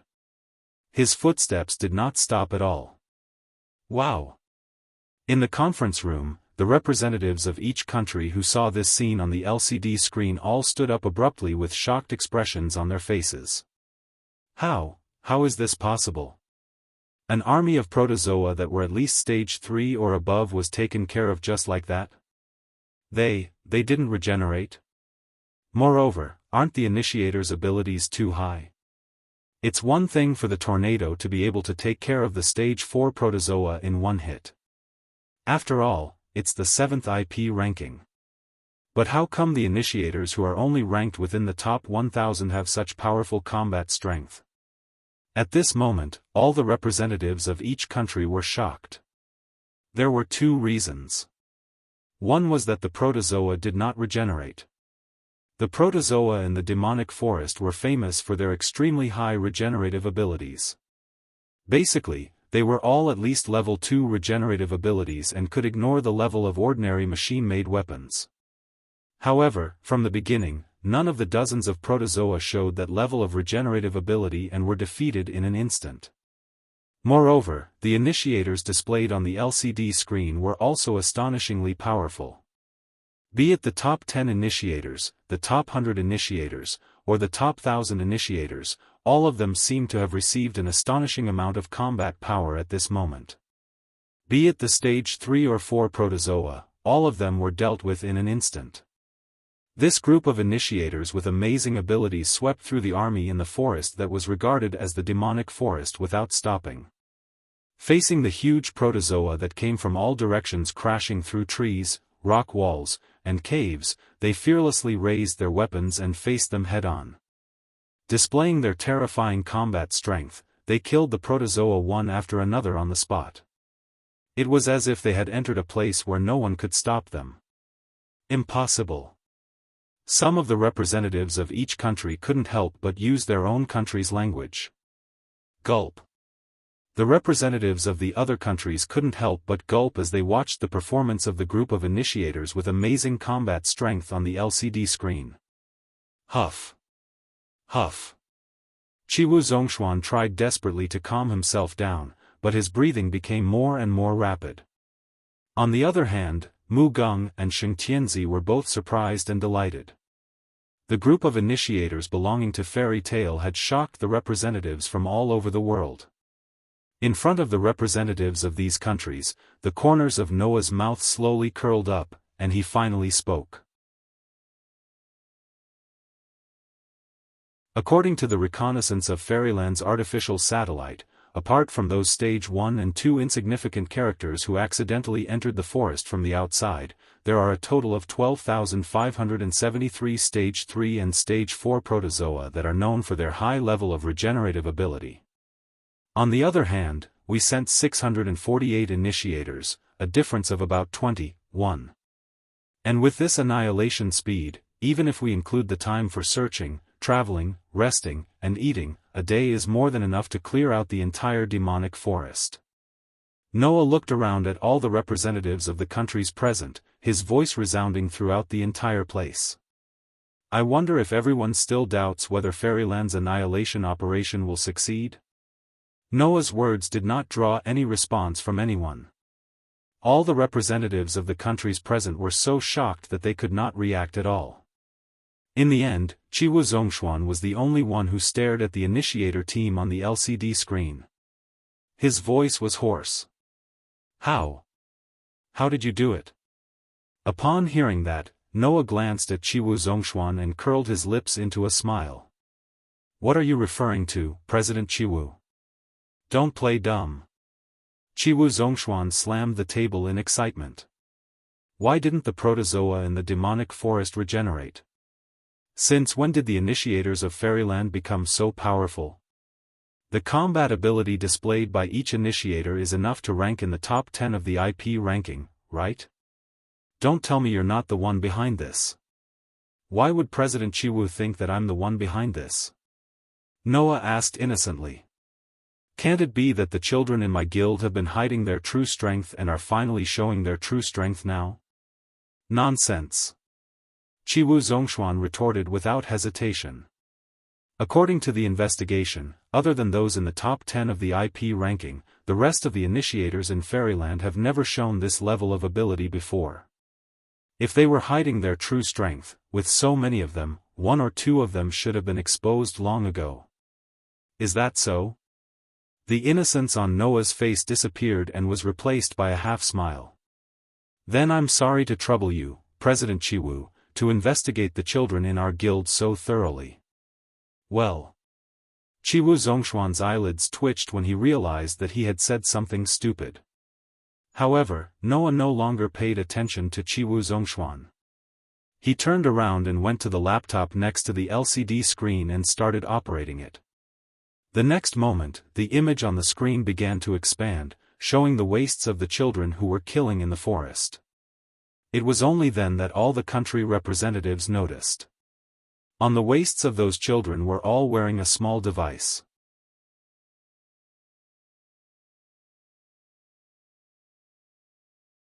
Chapter 2134. What? What is that? Looking at the small device displayed on the screen, all the representatives present had a look of disbelief. Because none of the representatives present could recognize the small device pinned to the waists of the initiators. It was as small as a mobile phone. It was bright red all over. There was a bright gemstone embedded in the middle. And that gemstone was emitting light at this time, sprinkling a somewhat mystical color. The cursed children, who were the initiators of the attack on the demonic forest, were all wearing such a small device. Noah pointed at the small device on the screen and said to everyone present. You can call it an artificial artifact. An artificial artifact? The representatives of each country said in a somewhat deranged voice. An artificial artifact? Chiwu Zhongshuan muttered in a low voice. An artificial artifact? Mugeng's face was full of confusion. An artificial artifact? Elysian stared at the small device displayed on the screen, his slender hand slowly clenched. Looking at everyone's confused expression, Noah spread his hands and said so. You can treat this as one of my gains from disappearing for 3 years. Hearing that, everyone reacted. Gains from disappearing for 3 years? Chiwu Zhongshuan said with some uncertainty. In other words, this device called an artificial artifact is the reason why the initiators of Fairyland's ability became so amazing? That's right. Noah admitted frankly. The effect of this artificial artifact is very simple, which is to increase the activity of the protozoan virus in the cursed children's body to the limit, reaching the critical point. If the initiators who have not reached the growth limit were this artificial artifact, then during the period when the artifact is in effect, their ability will be increased to the limit of growth. Noah revealed a shocking fact. And if the person wearing it is the initiator who has reached the growth limit, then during the period when the artifact is in effect, their ability will break through the growth limit. Break through the growth limit? The expressions of the representatives changed. Then doesn't that mean? Mugging, Elysian, and Chiwu Zhongshuan were all shocked. It seems that all of you have thought of it. Noah suddenly smiled. Yes, it can help the initiator reach the state of domain and obtain the ability that is comparable to the high-ranking initiators. Although it can only be achieved during the period when the artifact is in effect, at least during this period of time, every initiator who reaches the limit of growth will obtain great power. Noah operated the laptop again and restored the image. On the screen, hundreds of Fairyland's initiators charged into the demonic forest as if they had entered no man's land, advancing at an astonishing speed. The scene of him effortlessly killing one protozoa after another was imprinted in everyone's eyes once again. The children who are attacking the demonic forest are all wearing artificial artifacts, and they are all initiators who have reached the limit of growth. Noah's voice clearly entered everyone's ears. In other words, what you are seeing now is a total of 648 initiators who have reached the realm of domain and have surpassed the limit. All of them are strong enough to be ranked in the top 10 of the IP rankings. They have formed a team to attack the demonic forest. A total of 648 initiators who had reached the realm of domain, collectively attacking. At a time when a single initiator who had reached the realm of domain had the ability to change the world's military structure, how terrifying would the power of a total of 648 initiators who had reached the realm of domain, collectively working together be? This fact was displayed in front of all the representatives of the countries in the world. Even if an initiator who has reached the realm of domain wears an artificial artifact, the activity of the protozoa virus in the body will be raised to an extremely high level. The power obtained will definitely be more powerful than a stage V protozoa. Noah's voice rang out powerfully. And the protozoa virus that has reached the limit will also trigger a kind of field that can affect the activation of the protozoa virus in other individuals. Unless they also have an artificial artifact that can cancel each other out, no matter if the target is a cursed child or a protozoa, they will not be able to trigger the regenerative ability. This way, when the host completely dies, the parasitic protozoa virus would naturally die along with it, not allowing the host to regenerate. What did this mean? That is to say. The son of the sage said with some difficulty. This artificial artifact can replace the T-metal? Not only the T-metal, it can even replace the T-metal. Noah dropped such a bombshell. With it, even if humans lose the T, they can still resist the protozoa.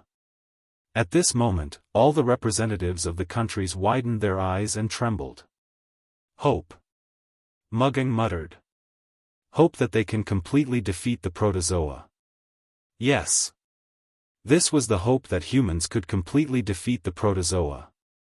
One had to know that although the T could suppress the regeneration of the protozoa, this metal was limited and could only be mined in volcanic areas. At present, all the countries in the world had already developed a sense of crisis. That was the gradual decrease of the T-metal. If one day, the T-metal was completely used up, then humans would no longer have the means to fight against the protozoa. Even the giant stone tablet that protected the last pure land of humans was made of T.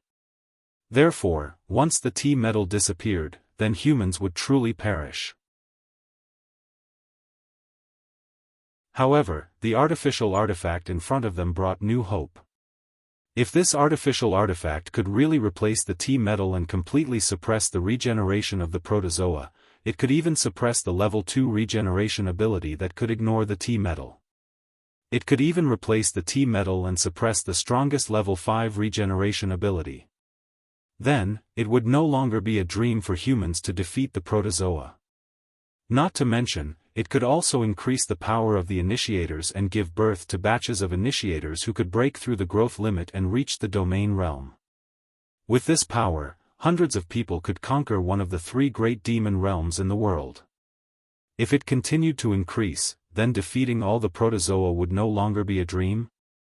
Thinking of this, not to mention mugging, even the representatives of the countries were trembling with excitement.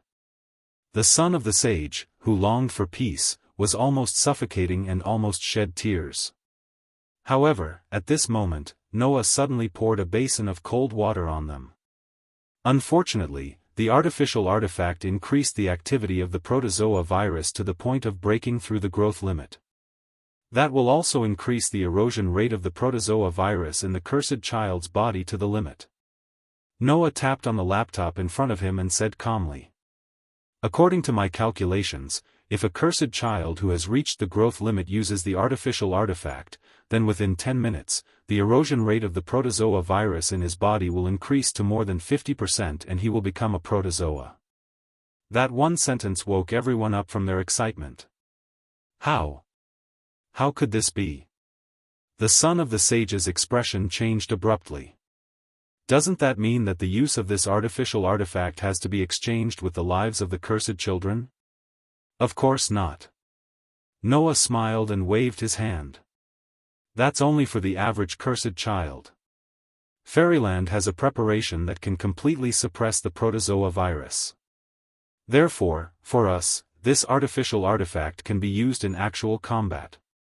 Hearing that, Mugging and the son of the sage both breathed a sigh of relief and fell back into surprise.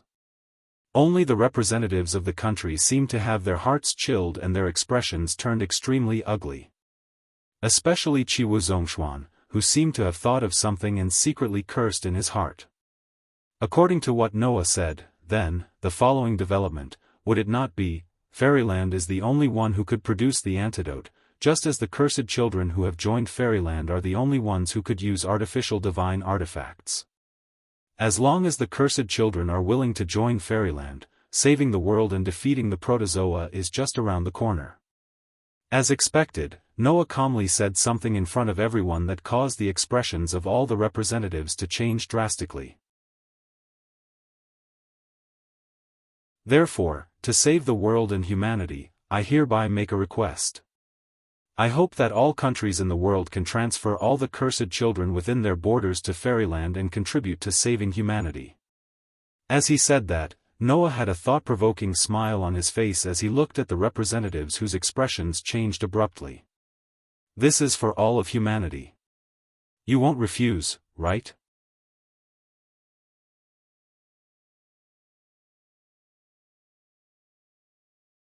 Chapter 2135. In a split second, the entire conference room that was still noisy a second ago seemed to have been frozen into ice. All sound disappeared without a trace, and even the atmosphere in the air was chilled. Along with it, the hearts of the representatives froze into ice as well. It was only at this moment that all the representatives present knew why Noah would display the power of the fairy tale at the conference, presenting the annihilation operation planned by Fairyland before everyone's eyes. Noah's actions were for one thing. And that was to make all countries who intended to reclaim the cursed children go for wool and come home shorn. You. The representatives looked at Noah in disbelief. Chiwu Zhongshuan felt his vision darken as he felt a sense of dizziness.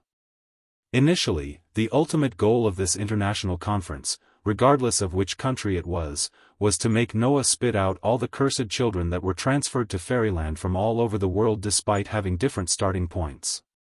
But now, Noah was giving them a taste of their own medicine. In turn, with the announcement of an annihilation operation and an artificial divine artifact, he had all the countries send the remaining cursed children in their own country to Fairyland. Could all the countries in the world agree to such a thing? Of course not. They were here to weaken Fairyland's power in the first place, so how could they weaken their own power and strengthen Fairyland's? Looking at the shocked and enraged faces of the representatives, Noah's expression became sarcastic. I know how you feel, but this can't be helped. Now, humanity is being threatened by the primitive animals and has reached a point where survival is difficult. If we want to break the deadlock, we can only rely on the artificial divine artifact. This is an indisputable fact. Don't you want to save all of humanity? Don't want to save all of humanity? Most of the representatives of the various countries present did not have such thoughts in mind. Because they only wanted to save their own country. Who would be selfless enough to save all of humanity? However, could the representatives of the various countries present say this out loud? Once they did, they would instantly lose the support of the people in their country and be ousted from office. You are twisting words and forcing logic. One of the representatives couldn't help but shout. Even if the artifact could save all of humanity, we don't have to move every cursed child in our country to fairyland, do we? If you say so, then it's a little wrong. Noah spread his hands. An artificial artifact can greatly enhance the abilities of the cursed child. Every cursed child who obtains an artificial artifact can at least become a powerhouse in the top 500 IP rankings. With such strength, if all of them were to gather, they would definitely be able to defeat all the protozoa. If that's the case, Fairyland should announce the method of crafting artificial divine artifacts, and let every country in the world develop artificial divine artifacts. Wouldn't that be more efficient? Another country's representative said with a trembling voice. Fairyland is weak in the end. If we all work together, we can create more artificial divine artifacts and use them on the cursed children to have a greater chance of banishing the primitive animals. It's a pity that I've just informed everyone of the artifact's side effect. Only Fairyland has the means to eliminate that side effect with the incubation agent, and the only mother that can multiply the incubation agent is the one in Fairyland. Noah reminded as if he was being kind. Even if Fairyland provides the incubation agent to every country in the world, in terms of efficiency alone, instead of shipping it to every country in the world, why not gather the cursed children in Fairyland and use them directly? Wouldn't that be better? We know that it's inefficient, but we can't put the responsibility of saving all of humanity on Fairyland's shoulders, can we? Another country's representative spoke with some difficulty. We would like to do our part as well. I understand everyone's intentions. Noah smiled abruptly. Of course, we at Fairyland would not overestimate ourselves and think that we could save all of humanity alone. It's fortunate that Fairy Tale, which I lead as the center of Fairyland, is a non-governmental organization that faces the world. We would still send the cursed children to every country in the world in the form of commissions, and when the time comes, every country would just have to pay the corresponding remuneration, which could be used to produce incubation agents and artificial divine artifacts. That way, everyone would be satisfied. Satisfied? Satisfied, my foot. Not only would they have to send the remaining cursed children to Fairyland for free, they would have to pay to hire them if there was a need for them in the future.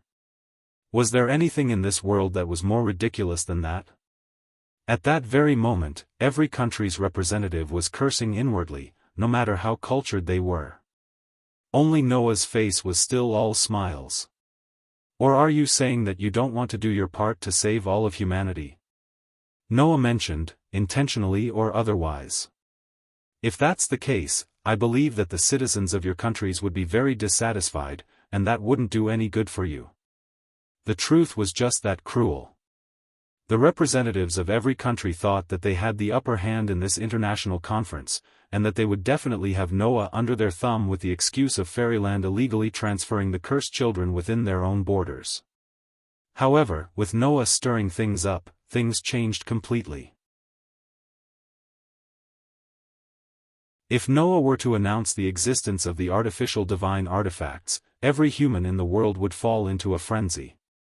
In order to survive, every citizen of every country would choose to support Fairyland. Moreover, the culture of hatred and rejection of the cursed children had long been ingrained in the hearts of every country's citizens. Every human would certainly wish for all the cursed children in their own countries to disappear, and get as far away as possible. That way, if the rulers of every country in the world still did not agree to this matter, then before the citizens of the country object and protest, these rulers would have to wait until they were replaced with a group of politicians who were willing to cooperate with Fairyland. However, in this day and age, there should still be many countries whose rulers are dictators who can rule by terror and completely ignore the voice of the people. Noah changed the topic and turned to look at Chiwu Zhongshuan. He said this with a smile that was not a smile. We can't agree with such people who ignore the will of the people and don't want to contribute to the human race, and only care about their own private rights. Therefore, if there really is such a dictator, I think that every country in the world should unite, march into that country's territory, and eradicate such vermin. Don't you think so, President Chiwu? Chiwu Zhongshuan's face turned extremely pale in an instant. The faces of every country's representative present also turned a little pale, and dispirited emotions welled up in their hearts. Lost. This time, it was a complete loss. From the moment Noah announced the artificial artifact, every country in the world was doomed to fail, and even had to turn around and help Fairyland. Because the citizens of every country in the world would stand on Fairyland's side. Stand on Noah's side. Once, in order to wipe out the entire Tendo family, Noah used the dark side in the hearts of the people in the Tokyo area, and succeeded in achieving his goal. And this time, Noah no longer used the dark side of the people in a small Tokyo area, but the dark side of all humans in the world. The desire to survive was aroused for one's own survival. The sense of belonging for the glory of the past. The hatred that burst out in order to defeat the monster horde.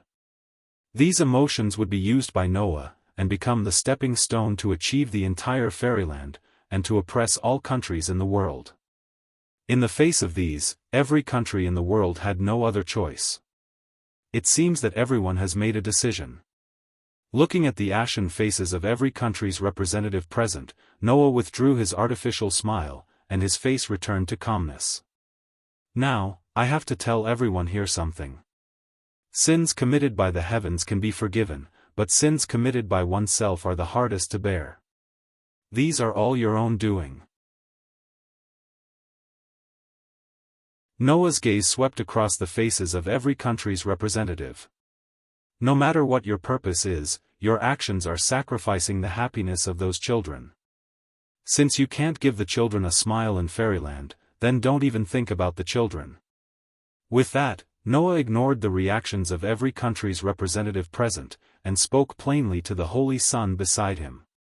Lord Holy Sun, please announce the contents of today's meeting to the world, and spread the video of Fairyland breaching the demonic forest, and tell all humans, who is the one who can save them.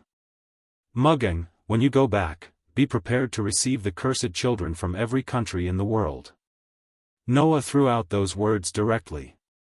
If any country is unwilling to contribute to all of humanity, you know what to do. What else could be done? Of course, it was to make it known to the world, and let them suffer.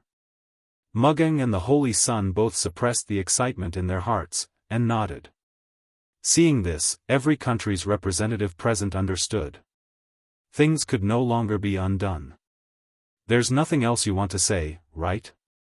Noah said indifferently. If that's the case, this international conference will be adjourned. With that, Noah turned around, and led Mugging and the Holy Sun out of the conference room.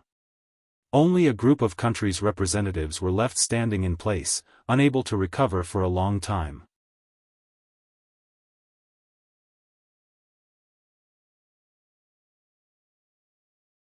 Chapter 2136.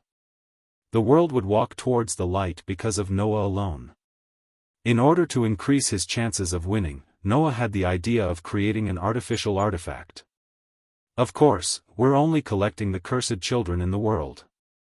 Perhaps there will be new cursed children born in other countries in the future. I'm not the one who created the artificial artifact, it's Athena. Moreover, Aster, Orpheus, and Lilith also contributed a lot. It was because of this that Miroto Kino believed that Noah could change this hopeless world.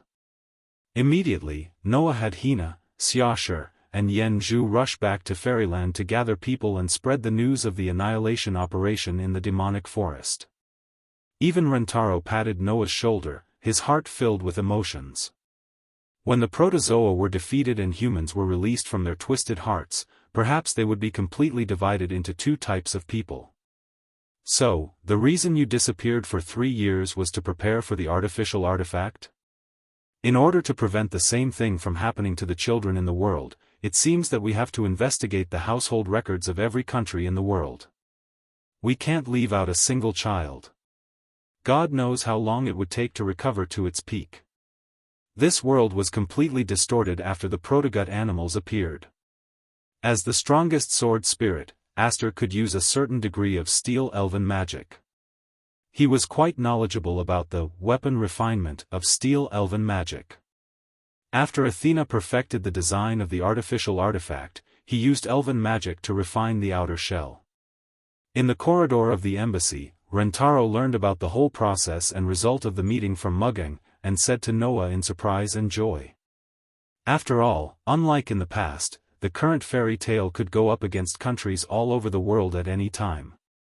The first type was those who were liberated from their hatred and were enlightened. They no longer stuck to the past and chose to move towards the future. In fact, Noah had already asked Athena to design an artificial artifact for the cursed children. Therefore, Noah did not take credit at all and only explained to Rentaro. Noah, who didn't know what Seiji, Mugging, and Rentaro were thinking, was still immersed in his own thoughts. This was the only thing that could be confirmed. Could it be that the child is the same as Xiaoshi and has intelligent protozoan genes in his body? Orpheus and Lilith were known as the dragon gods with unlimited power. Both of them gave their own snakes to the artificial artifacts at the moment when the artificial artifacts were formed, so that the artificial artifacts could gain power and produce amazing effects. Some countries don't even register their cursed children, Rentaro said. Even in terms of strength, in this world, Aster, Athena, Orpheus, and Lilith were unbeatable existences. Naturally, driven by the world's pattern, the latter would begin to flow towards fairyland, while the former would be shut out. Rentaro's surprised words made Noah, who had been calm and strong in the meeting room, feel a little helpless. However, Noah had never thought of asking Athena to create an artificial artifact that could destroy the gods. As long as it could increase the collective combat power of fairy tale and could be mass-produced, it would be enough. Moreover, the first to be distorted was none other than the humans themselves. The ones who actually carried out the plan were Aster, Athena, Orpheus, Lilith, Hina, Xiaoshi, Yenju, and the other girls. Moreover, the one who created the artificial artifacts was not Noah, but Athena. That was just an excuse to fool the representatives of the countries. I didn't think that things would develop like this. That child called Athena could actually create such an artificial artifact? Mugging said in disbelief. In other words, Noah had only drawn up a plan from the beginning. There was one person who, in less than 5 years, saved all the innocent children in the world who were hated and ostracized by humans. So, that child is that powerful? That's true. Mugging composed herself and said. There are still many things that need to be done. In order to give those children the same happiness, we have to come up with countermeasures. Otherwise, once those countries with bad intentions hide them, we can only be kept in the dark and let those children suffer silently in places we can't see. We have to think of a solution to that as well. One was to follow the darkness in their hearts and turn their hatred towards the cursed child who still had the blood of the original intestine when the original intestine animal was defeated. However, this way, the cursed children from all over the world will all gather in fairyland. The ultimate goal of my creation of fairy tale is finally about to be achieved. And this was also for those children, of course. Noah smiled. With that in mind, Sei Tianzi, Mugging, and Rentaro looked at Noah's side profile and felt a certain feeling in their hearts. Hearing Noah's murmur, Sei Tianzi and Mugging gave Noah a gentle look. Until the day when everyone acknowledges the existence of the cursed child, then the human race would usher in unprecedented prosperity and peace. After today, I'm afraid this world won't be peaceful for a while. Noah murmured. However, when that time comes, the human race would basically be crippled. Not even the 4 wise men. Sei Tianzi's expression became incredulous. When it comes to wisdom, I'm afraid that even the 4 wise men who are known as the world's strongest brains are no match for her. In the world of Demon Academy, Athena had already studied artificial artifacts for a period of time, and her attainment in this field was almost comparable to that of Azazel. As for Athena, with the help of Aster, Orpheus, and Lilith, she created hundreds of artificial artifacts overnight. Who would have thought? It was impossible for Athena to create another divine tool of annihilation with such a level of mastery over the artifact. Noah nodded and gently stroked the guild emblem on the back of his hand. Noah's words made the three of them come to a realization. For this reason, Athena even conducted research on artificial artifacts for a period of time. It wasn't until Noah obtained the specific information of the domain from Tina that Athena came up with an idea.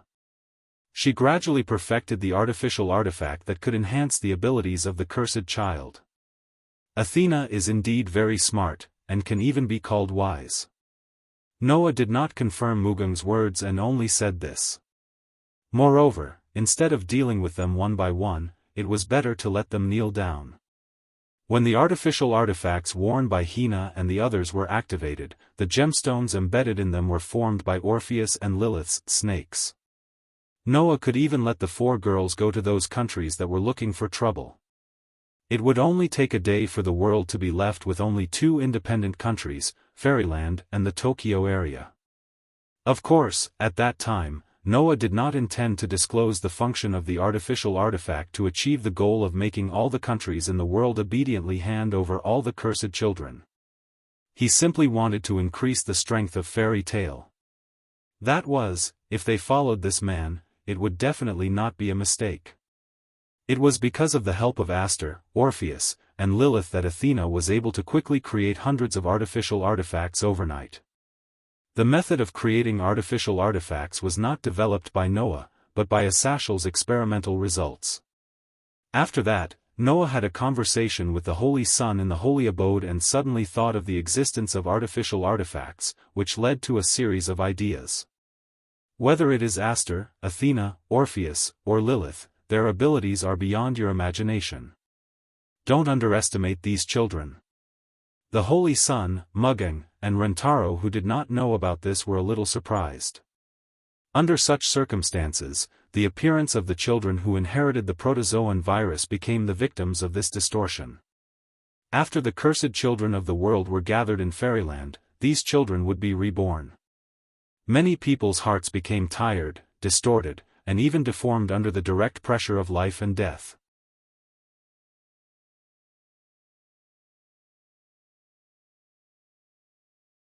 Chapter 2137. Bang! In the dimly lit war room, an iron fist made of pure metal slammed heavily into the wall. With a loud explosion, the sturdy wall was directly smashed into smithereens. Damn it! Damn it! Damn it! The black-robed bodyguard Zhuoren kept throwing punches, smashing the wall in front of him over and over again until it was shattered. Debris and gravel flew everywhere, and even a large amount of dust was raised, filling the entire war room. Without a doubt, the actions of the black-robed bodyguard were not smart at all. As an assassin who could only hide in the dark, the black-robed bodyguard's actions were completely an act of venting his anger. It would only attract the attention of others. Other than that, there was no other benefit. However, the other people present did not stop the black-robed bodyguard at all. Leech Benet Jr. was still sitting in the corner, hugging his sword, as if he was in a dream, and kept muttering something. Li Qingyin leaned against the wall on the other side, with his head lowered.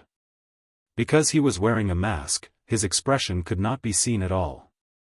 The remaining black-robed man, who was called Sir, was still sitting in front of the surveillance screens in the war room. His whole body was covered in a black robe, so naturally, his expression could not be seen clearly. However, from his slightly clenched hands, it could be seen that this top operative of the Five Xiong Association was also unable to calm down in his heart. Noah Dole. His voice was very gloomy. I still underestimated you. Just 3 minutes ago, His Excellency, Li Qingyin, and the black-robed bodyguard all received reliable news, and learned about the process and results of the international conference that was being held in the embassy. But this news shocked the three of them at the same time. After the shock, they were furious. Soon, all the cursed children in the world will become members of Fairyland. His fist clenched tighter and tighter. That's not all. The most important thing is that artificial artifact, that is simply the nightmare of the Five Xiong Association. As a mysterious organization whose ultimate goal was world hegemony, His Excellency knew what the Five Xiong Association that he belonged to relied on. One was a mechanized soldier. Even so, while the mechanical soldiers were powerful, the cost to modify each one was very high. There were not many of them even in the Five Xiong Association, and none of them were comparable to the top 10 initiators in the IP ranking, and were simply no match for the 648 initiators in Fairyland who had reached the domain level. One was a protogut animal. In order to seize the world's hegemony, in fact, within the Wuxiang Association, from a long time ago, they had been cultivating primitive animals. Before this protozoan was born, it would be injected with drugs when it was still a virus. Only after it was cultivated would it be able to drive it. Furthermore, in order to achieve their goal of using protozoa to eliminate all rebellious countries, one of the requirements when cultivating these protozoa was to make them immune to the effects of Pyrenees. Not long ago, the long-necked dragon used by the terrorists of the Five Xiong Association to attack Magang was one of them. Noah and the others did not know that the reason why the long-necked dragon could ignore the Qi was not because of its high level of regeneration, but because it was an experimental subject that was bred to be immune to the Qi. In order to achieve this effect, His Excellency knew how much effort the Five Xiong Association that he belonged to had put in. However, all of this, in front of Noah's artificial artifact, would be reduced to nothing. Because, even if it did not rely on Qi metal, the artificial artifact could release a stance that counteracted the regeneration ability of the protozoan, making it possible for anyone to eliminate the protozoan. It's just like fate. Li Qingyin laughed out loud in self-mockery. That man is indeed the biggest enemy that threatens us in the end. So, didn't I say? Bodyguard Zhuo turned around angrily and shouted loudly. When that guy was wandering on the streets yesterday, we should have gotten rid of him. At that time, there wouldn't have been so much trouble. Bodyguard Zhuo was getting angrier and angrier as he shouted. Have all the preparations we made previously become a joke? Yesterday, the preparations that His Excellency had mentioned were actually the protozoan that the Five Xiong Association had prepared. In the past few days, His Excellency had relied on his own channels to secretly transport a large number of protozoan that could be immune to the Qi to the Tokyo area, preparing to use them to give the fairy tale an indelible blow when the next operation was carried out.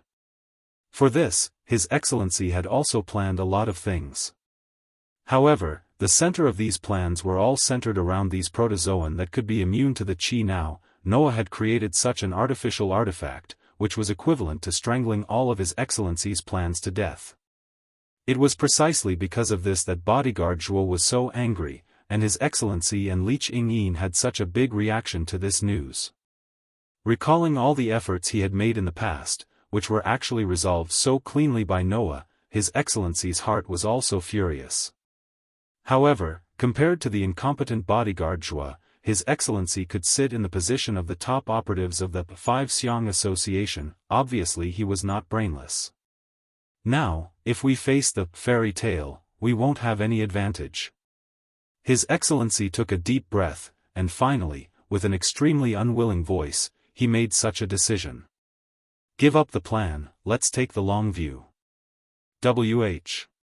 What? Bodyguard Zhuo was shocked, and then his face distorted. Give up the plan? In other words, His Excellency was not going to deal with Noah? What kind of joke is this? Bodyguard Zhuo growled out. Let me watch that guy get what he wants. Absolutely impossible. In addition to hatred for Noah, Bodyguard Zhuo also had endless jealousy. In the beginning, bodyguard Zhuo was eyeing the Holy Son of Heaven covetously. In addition to coveting the Holy Son of Heaven's beauty, he also wanted to become the ruler of the Tokyo area and rise to the sky in one step. However, all of this was not only destroyed by Noah, but the other party also easily got what bodyguard Zhuo had always wanted. For example, the Holy Son of Heaven. Bodyguard Zhuo had long known that the Holy Son of Heaven definitely had some special feelings for Noah. As a bodyguard Zhuo had seen the Holy Son of Heaven stare at Noah's back more than once. It was because of this that bodyguard Zhuo hardened his heart, and under the instigation of the Tendo Chrysanthemum, he went to the fairy tale station and buried countless bombs there. Today, Noah even developed a monster guild that bodyguard Zhuo looked down on into a giant that could affect the world and compete for the hegemony of the world. How could bodyguard Zhuo, who originally coveted the position that the Holy Son of Heaven brought to him, not be jealous? Driven by the negative feelings of hatred and jealousy, bodyguard Zhuo could not imagine that he would continue to watch Noah show off his strength. Regarding Noah, bodyguard Zhuo only had one thought. That was to kill. Your Excellency, we can't give up. Bodyguard Zhuo said hatefully. That bastard is the master of Fairyland. If we don't get rid of him, it will be much more difficult for our Wuxiang Association to obtain the hegemony of the world. Do I need you to remind me of this? His Excellency glanced coldly at bodyguard Zhuo, and there was some irritation in his tone. With that artificial artifact, and with the cursed children all over the world flowing into Fairyland, it won't be difficult for Noah Dole to obtain the hegemony of the world. This person is our greatest enemy, how can I not understand? But it is because of this that we have to give up on the plan, right? Li Qingyin said softly. With that artificial artifact and the many initiators in Fairyland, we have no chance of winning in a direct attack. That's right. His Excellency laughed coldly. We have no chance of winning in a direct attack. His Excellency's cold words made Li Qingyin raise an eyebrow. I see. Li Qingyin smiled pleasantly. Are you trying to change the attack in the open to assassinate in the dark? That's right. His Excellency nodded, and raised his hand, holding a mobile phone in his hand, and smiled meaningfully. It just so happens that a once-in-a-lifetime opportunity has appeared before my eyes. Your Excellency, bodyguard Zhuo quickly said. What about us? You guys are on standby for now. His Excellency waved his hand. Also, have the mechanical soldiers gathered in Tokyo come over, and listen to my orders at all times. Hearing that, Li Qingyin and bodyguard Zhuo nodded either nonchalantly or reluctantly.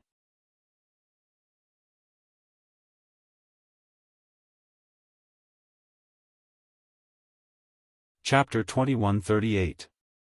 No matter how the rats hiding in the dark jumped around, at least on the surface, Noah had won all the victories. On the same day, the Holy Sun followed Noah's instructions and announced the entire process and results of the international conference. He also spread the video of the fairy tale initiator team conquering one of the 3 demon realms. As soon as the announcement was made, the entire Tokyo area was in an uproar. There's hope. There's hope. We humans finally have the hope of defeating all the protogut animals. All the people were wild with joy, completely falling into a huge surprise. On this day, almost all the people in the Tokyo area shed tears of joy, and like a national celebration, there was a lot of noise and celebration. Under the Holy Sun's intentional manipulation, such a huge piece of news spread to the world at an unimaginable speed, causing all the humans in the world to go crazy. All humans were hit by a huge surprise on this day. They felt like they were in a dream and could not react for the whole day. It could not be helped. Humans had always been persecuted by the protogut animals, and it was too much. To put it bluntly, living in this era could only be described as painful. This was because no one knew when they would be swallowed into the stomach of a protogut animal that suddenly jumped out from the corner and died. Similarly, no one knew when the place they lived would be overrun by an army of protogut animals and completely fall into hell. Therefore, in this era, almost all humans could be said to be living in hell, suffering every day. This kind of pain happened to be an important factor that bred the dark side of humans. Now, the announcement of the artificial artifact and the policy of Fairyland had let all humans see hope.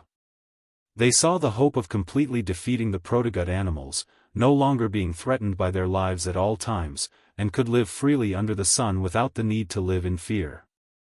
Under such circumstances, a series of butterfly effects occurred one after another. For example, in the Tokyo area, the people who once doubted Noah, hated Noah, and could not understand Noah's action of sheltering the cursed children all changed their minds, repenting one after another. Similarly, in various parts of the world, the people were overjoyed. Just as Noah had said before, they began to organize demonstrations and advocate for the government to send all the cursed children in their country to Fairyland to contribute to the salvation of humanity.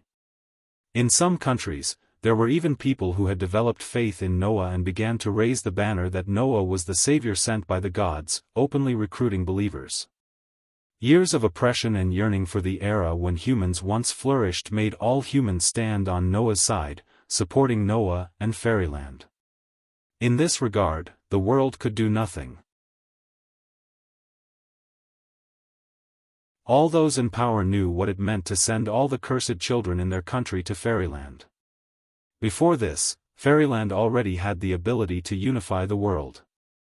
And now, if the cursed children were to be moved to Fairyland under strict management by various nations, it would simply weaken themselves and strengthen Fairyland's ability, making it easier for the world's hegemony to fall into Fairyland's hands. Furthermore, with the release of the artificial divine item, every cursed child that Fairyland gained was equivalent to gaining an army. Under such circumstances, it would not take long for Fairyland to rise above all nations and become the world's most powerful nation. When that time comes, if they were to make a move against the world, which nation could resist? Even if they did, would all the nations in the world combined have the ability to stop them? Naturally, the answer was no. Furthermore, Fairyland would continue to accept requests from all over the world through the form of commission as before. With the loss of the cursed children, the world would probably have to increase the number of commissions sent to Fairyland from now on, and be squeezed for money by Fairyland? Just like in the world of Seeking a Chance Encounter in the underground city, Eulalie became the center of the world because she monopolized magic stones. With Fairyland monopolizing the cursed children, it was only a matter of time before it became the center of the world as well. That way, before the protozoa were completely wiped out, every nation in the world would be at Fairyland's mercy. It was a situation that none of the world's rulers were willing to see. For that reason, some rulers did their best to oppose the decision, revealing Fairyland's conspiracy to their citizens, only to incur the wrath of the citizens whose desire for survival had erupted. One after another, they were denounced, with some even ousted from power. Some rulers sighed, resigned themselves to their fate, and sent out envoys to Fairyland, hoping to forge a good relationship with Fairyland. Some rulers, however, had other intentions, feigning compliance but secretly opposing, attempting to hide some of the cursed children with potential and ability. Furthermore, some of those in power even intended to use the cursed child as a bargaining chip to negotiate terms with Fairyland. Of course, the latter would basically end badly. The reason Noah did not rely on his own power to crush the nations was because he did not want the cursed children to be used by the rulers of the nations to threaten him. After all, there was a malicious part of the human heart. Who knew when others would viciously disgust him? With that in mind, Noah and Mugging formulated a series of countermeasures to deal with those rulers with ulterior motives. Therefore, those rulers would probably kowtow until their heads bled in Fairyland, and could only send their cursed children to Fairyland with their tails between their legs. Then, Noah announced another piece of news that shook the world. To protect the living forces of the protozoa, every nation in the world must enact laws and regulations related to the protection of the cursed children. If they do not comply, Fairyland will never accept any commission from that nation. In many nations today, the cursed children basically had no human rights. Some did not even have a household register, and were treated as garbage that could be thrown or picked up anywhere. In the past, people never thought that there was anything wrong with that. After all, while people claimed that the cursed children were humanity's last hope, no one cared when the protozoa's numbers did not decrease but instead increased, and defeating the protozoa was still far away. But now, things were different. The annihilation of fairyland told everyone that the cursed children who had obtained artificial divine artifacts could conquer the three great demonic realms, and there was hope for defeating the protozoa. With the hope of salvation, the people finally began to realize who could truly save them. Therefore, before the nations of the world could react, the citizens once again became the sword in Noah's hand, pointing it at the national government. It was believed that the day when the cursed children would truly obtain human rights was not far away. Of course, even if that was not the case, they would still obtain happiness in line with their age in fairyland. With all that done, Noah and Mugging began to tinker with countermeasures, intending to have every nation transfer the cursed children born in the future to fairyland. Everything was developing in the direction Noah envisioned. It's all here. In the living room of the holy abode, Athena put a document on the table, her seductive snake eyes staring at Mugging as she said, "This is the method to create the artificial divine artifact for the cursed children. You can hand it to the technicians in fairyland for mass production. While the efficiency is definitely not as high as when I do it myself, it should not be difficult to mass produce one artificial divine artifact a day." Understood. Mugging solemnly put away the document. "Then, I'll take it." Beside him, the Elysian Emperor and Rintaro's eyes followed the document until it was put away by Mugging before they reluctantly withdrew their gazes. That was humanity's hope to defeat the protozoa. Between the Elysian Emperor and Rintaro, one was peace-loving, the other upholding justice, and naturally valued that small document. Seeing this, Noah quietly asked Athena, "Can the technicians of this world create artificial divine artifacts?" "This artificial divine artifact is only effective when it is embedded with the snake gem," Athena replied. "Without the power of the snake, this artificial divine artifact is just a strange shell, so even the humans of this world can mass produce it." Noah nodded in relief.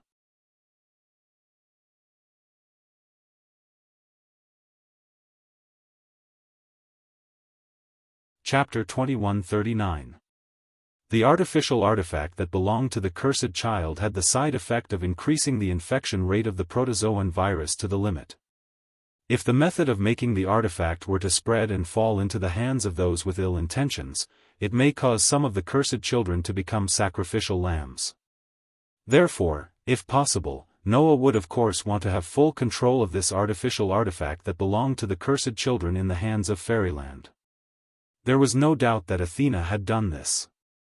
The power of the snake provided by Orpheus and Lilith was now just like the matrix of the anacosm, there was only one. Meanwhile, the outer shell of the artifact could be made by the humans of this world. Once the outer shell was made, a gem could be extracted from the snake and embedded into it. Only then could the artifact be completed. Because the snake had only one relationship, and just like the anacosm, the artifact would definitely be firmly in the hands of fairyland. Moreover, Athena had also set up a defense mechanism in the artifact, so that the artifact would only work on the cursed child at the beginning. Once the target was changed, it would automatically self-destruct, and even if it was snatched, it would not be used by others. As long as both the anacosm and the artifact were firmly in the hands of fairyland, the status of fairyland would not be shaken. Noah's initial goal of creating a utopia where all the cursed children could live happily in this world was now basically complete. All that was left was to protect. After all, it's easy to attack a city, but difficult to defend. However, with Mugging, Hina, Xiaoshi, Yanzhu, Rentaro and other reliable companions, Noah believed that fairyland would be able to continue to develop unscathed. To be able to fulfill this initial wish before the final battle, Noah had no regrets. With that thought in mind, Noah couldn't help but smile in satisfaction. Athena's pair of bewitching snake eyes stopped on Noah, as if she saw something from Noah's smile, but did not say anything, and just looked at Noah silently. Master. Aster wasn't as smart as Athena. She sensed the change in Noah's state of mind. She was worried that Noah would leave her, so she gently snuggled into Noah's embrace. Although Orpheus and Lilith were innocent and didn't know much about the world, their senses were very sharp. They followed Aster and stuck close to Noah. She really likes to act like a spoiled child, Noah couldn't help but laugh. He reached out and gently stroked the girls' heads. Tina and Yen Zhu's brows furrowed when they saw how intimate they were with each other. Big brother sure is biased. Tina muttered to herself. Such a good relationship, it really makes people jealous. Yen Zhu puffed up her cheeks in dissatisfaction. Even Xiaoshu looked at this scene with some envy, making Mu Gung, who was at the side, almost laugh. Saitiko and Rintaro watched the interaction between Noah, Aster, Athena, Orpheus, and Lilith with watchful eyes. They couldn't help but smile. A warm atmosphere instantly spread throughout the lounge. After a while, Elysian Son of Heaven broke the silence and asked Noah. Is the reception of Fairyland ready? I've left it to Mu Gung. Noah continued stroking the girls' heads as he turned his gaze to Mu Gung. It should be ready, right? No problem, I've made the arrangements as soon as possible. Mu Gung smiled confidently. Now we just have to wait for the countries around the world to send the cursed children over.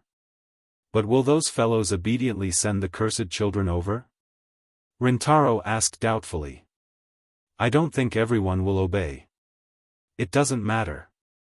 We've already started the census of the countries around the world. Our guild's tour group has been to countries without a census register. It won't be difficult to count the number of cursed children, Mugging said. So you don't have to worry. There won't be any problems with the reception. I'll make the arrangements. But what about a dictator like President Chi Wu? Hina asked. Although Big Brother threatened the president at the meeting, I don't think he's someone who will listen obediently. In fact, the only question left is what President Chi Wu will do. Xiaoshu said. According to our spies, the rest of the country seem to have made their moves. They're either compromising or doing something in private. We've already prepared countermeasures. But President Chi Wu's behavior is a bit strange. Saitiko said worriedly. Now, the representatives from all over the world have left the Tokyo area and returned to their respective countries. Only the president of Chi Wu has remained in the Tokyo area. I wonder what that dictator is thinking. He hasn't left? Noah suddenly raised his head and looked at Saitiko. Zhongshuan of Chi Wu hasn't left Tokyo? Yes. Saitiko nodded. Not only that, President Chi Wu doesn't seem to be leaving anytime soon. He's been staying in the hotel. Hearing this, Noah narrowed his eyes slightly. It had been almost a week since the international conference. He didn't expect Zhongshuan of Chi Wu to still be in Tokyo. Of course, Noah didn't think Zhongshuan of Chi Wu would stay in Tokyo for no reason. This guy must be planning something. Thinking of this, Noah asked Saitiko. During this time, did Zhongshuan of Chi Wu do anything suspicious? No, President Chi Wu has been staying in the hotel and hasn't gone out. Saitiko answered truthfully. I also sent someone to talk to President Chi Wu, but they didn't even get to meet him. According to President Chi Wu's bodyguards, President Chi Wu seems to be in poor health these days, so he wants to stay in Tokyo for the time being to recuperate. Recuperate? Yen Zhu curled her lips. What a clumsy excuse. Even I can see through it. Yes. Noah nodded and turned to look at Athena. What do you think? Following Noah's question, everyone present looked at Athena. Noah once said that Athena's wisdom was even better than the 4 wise men, who were known as the world's strongest minds. Presumably, this child must have some opinion. And indeed, Athena said this sentence without hesitation. The president is probably not in the hotel anymore. Not in the hotel? Everyone was stunned. You mean? Noah hesitated for a moment and said. Did Zhongshuan sneak out of the hotel without anyone noticing? Although it's just a guess. Athena nodded casually. But the president has been staying here, and no one has seen him. If recuperating is an excuse, then this person is very likely not in the hotel anymore. Athena's words were unusually convincing. If President Chiwu is not in the hotel, where did he go? Saitiko couldn't hide his uneasiness. What is he doing in the Tokyo area? Letting such an ambitious guy wander around in his territory was indeed not a good thing to worry about. It was natural for Saitiko to be so uneasy. Not only Saitiko, but even Mugang and Rentaro frowned. Noah was the only one who suddenly said this. Mugang, the person I asked you to send to monitor Zhongshuan during the international conference is following him now, right? When Noah mentioned this, Mugang immediately reacted. Without answering, Mugang took out her phone and walked to the side to make a call. After a while, Mugang hung up the phone and came back. How is it, Miss Mugang? Miss Mugang? Ryutaro asked impatiently. Did he say anything? Mugung nodded solemnly. He looked around at everyone and said, let's go. There seems to be important information about Zhongshuan. Important information about Zhongshuan? Everyone's eyes lit up. The person you sent is quite capable. Noah smiled and said to Mugang. What kind of information is it? I don't know yet. It's not safe to talk about it over the phone. Mugang looked straight at Noah. So, do you want to meet him directly? Noah thought for a moment and nodded after a while. Mugang and Rentaro both smiled. It was a happy thing to be able to meet his guardian. You're tuning in to the Dreamy Chapters YouTube channel. We're so grateful for your support and don't forget to subscribe to join us on this incredible journey through captivating stories. Your generosity through donations truly makes a world of difference, as it's the primary source of revenue that allows me to expand and enhance this channel for you. Thank you from the bottom of my heart for being a part of this adventure.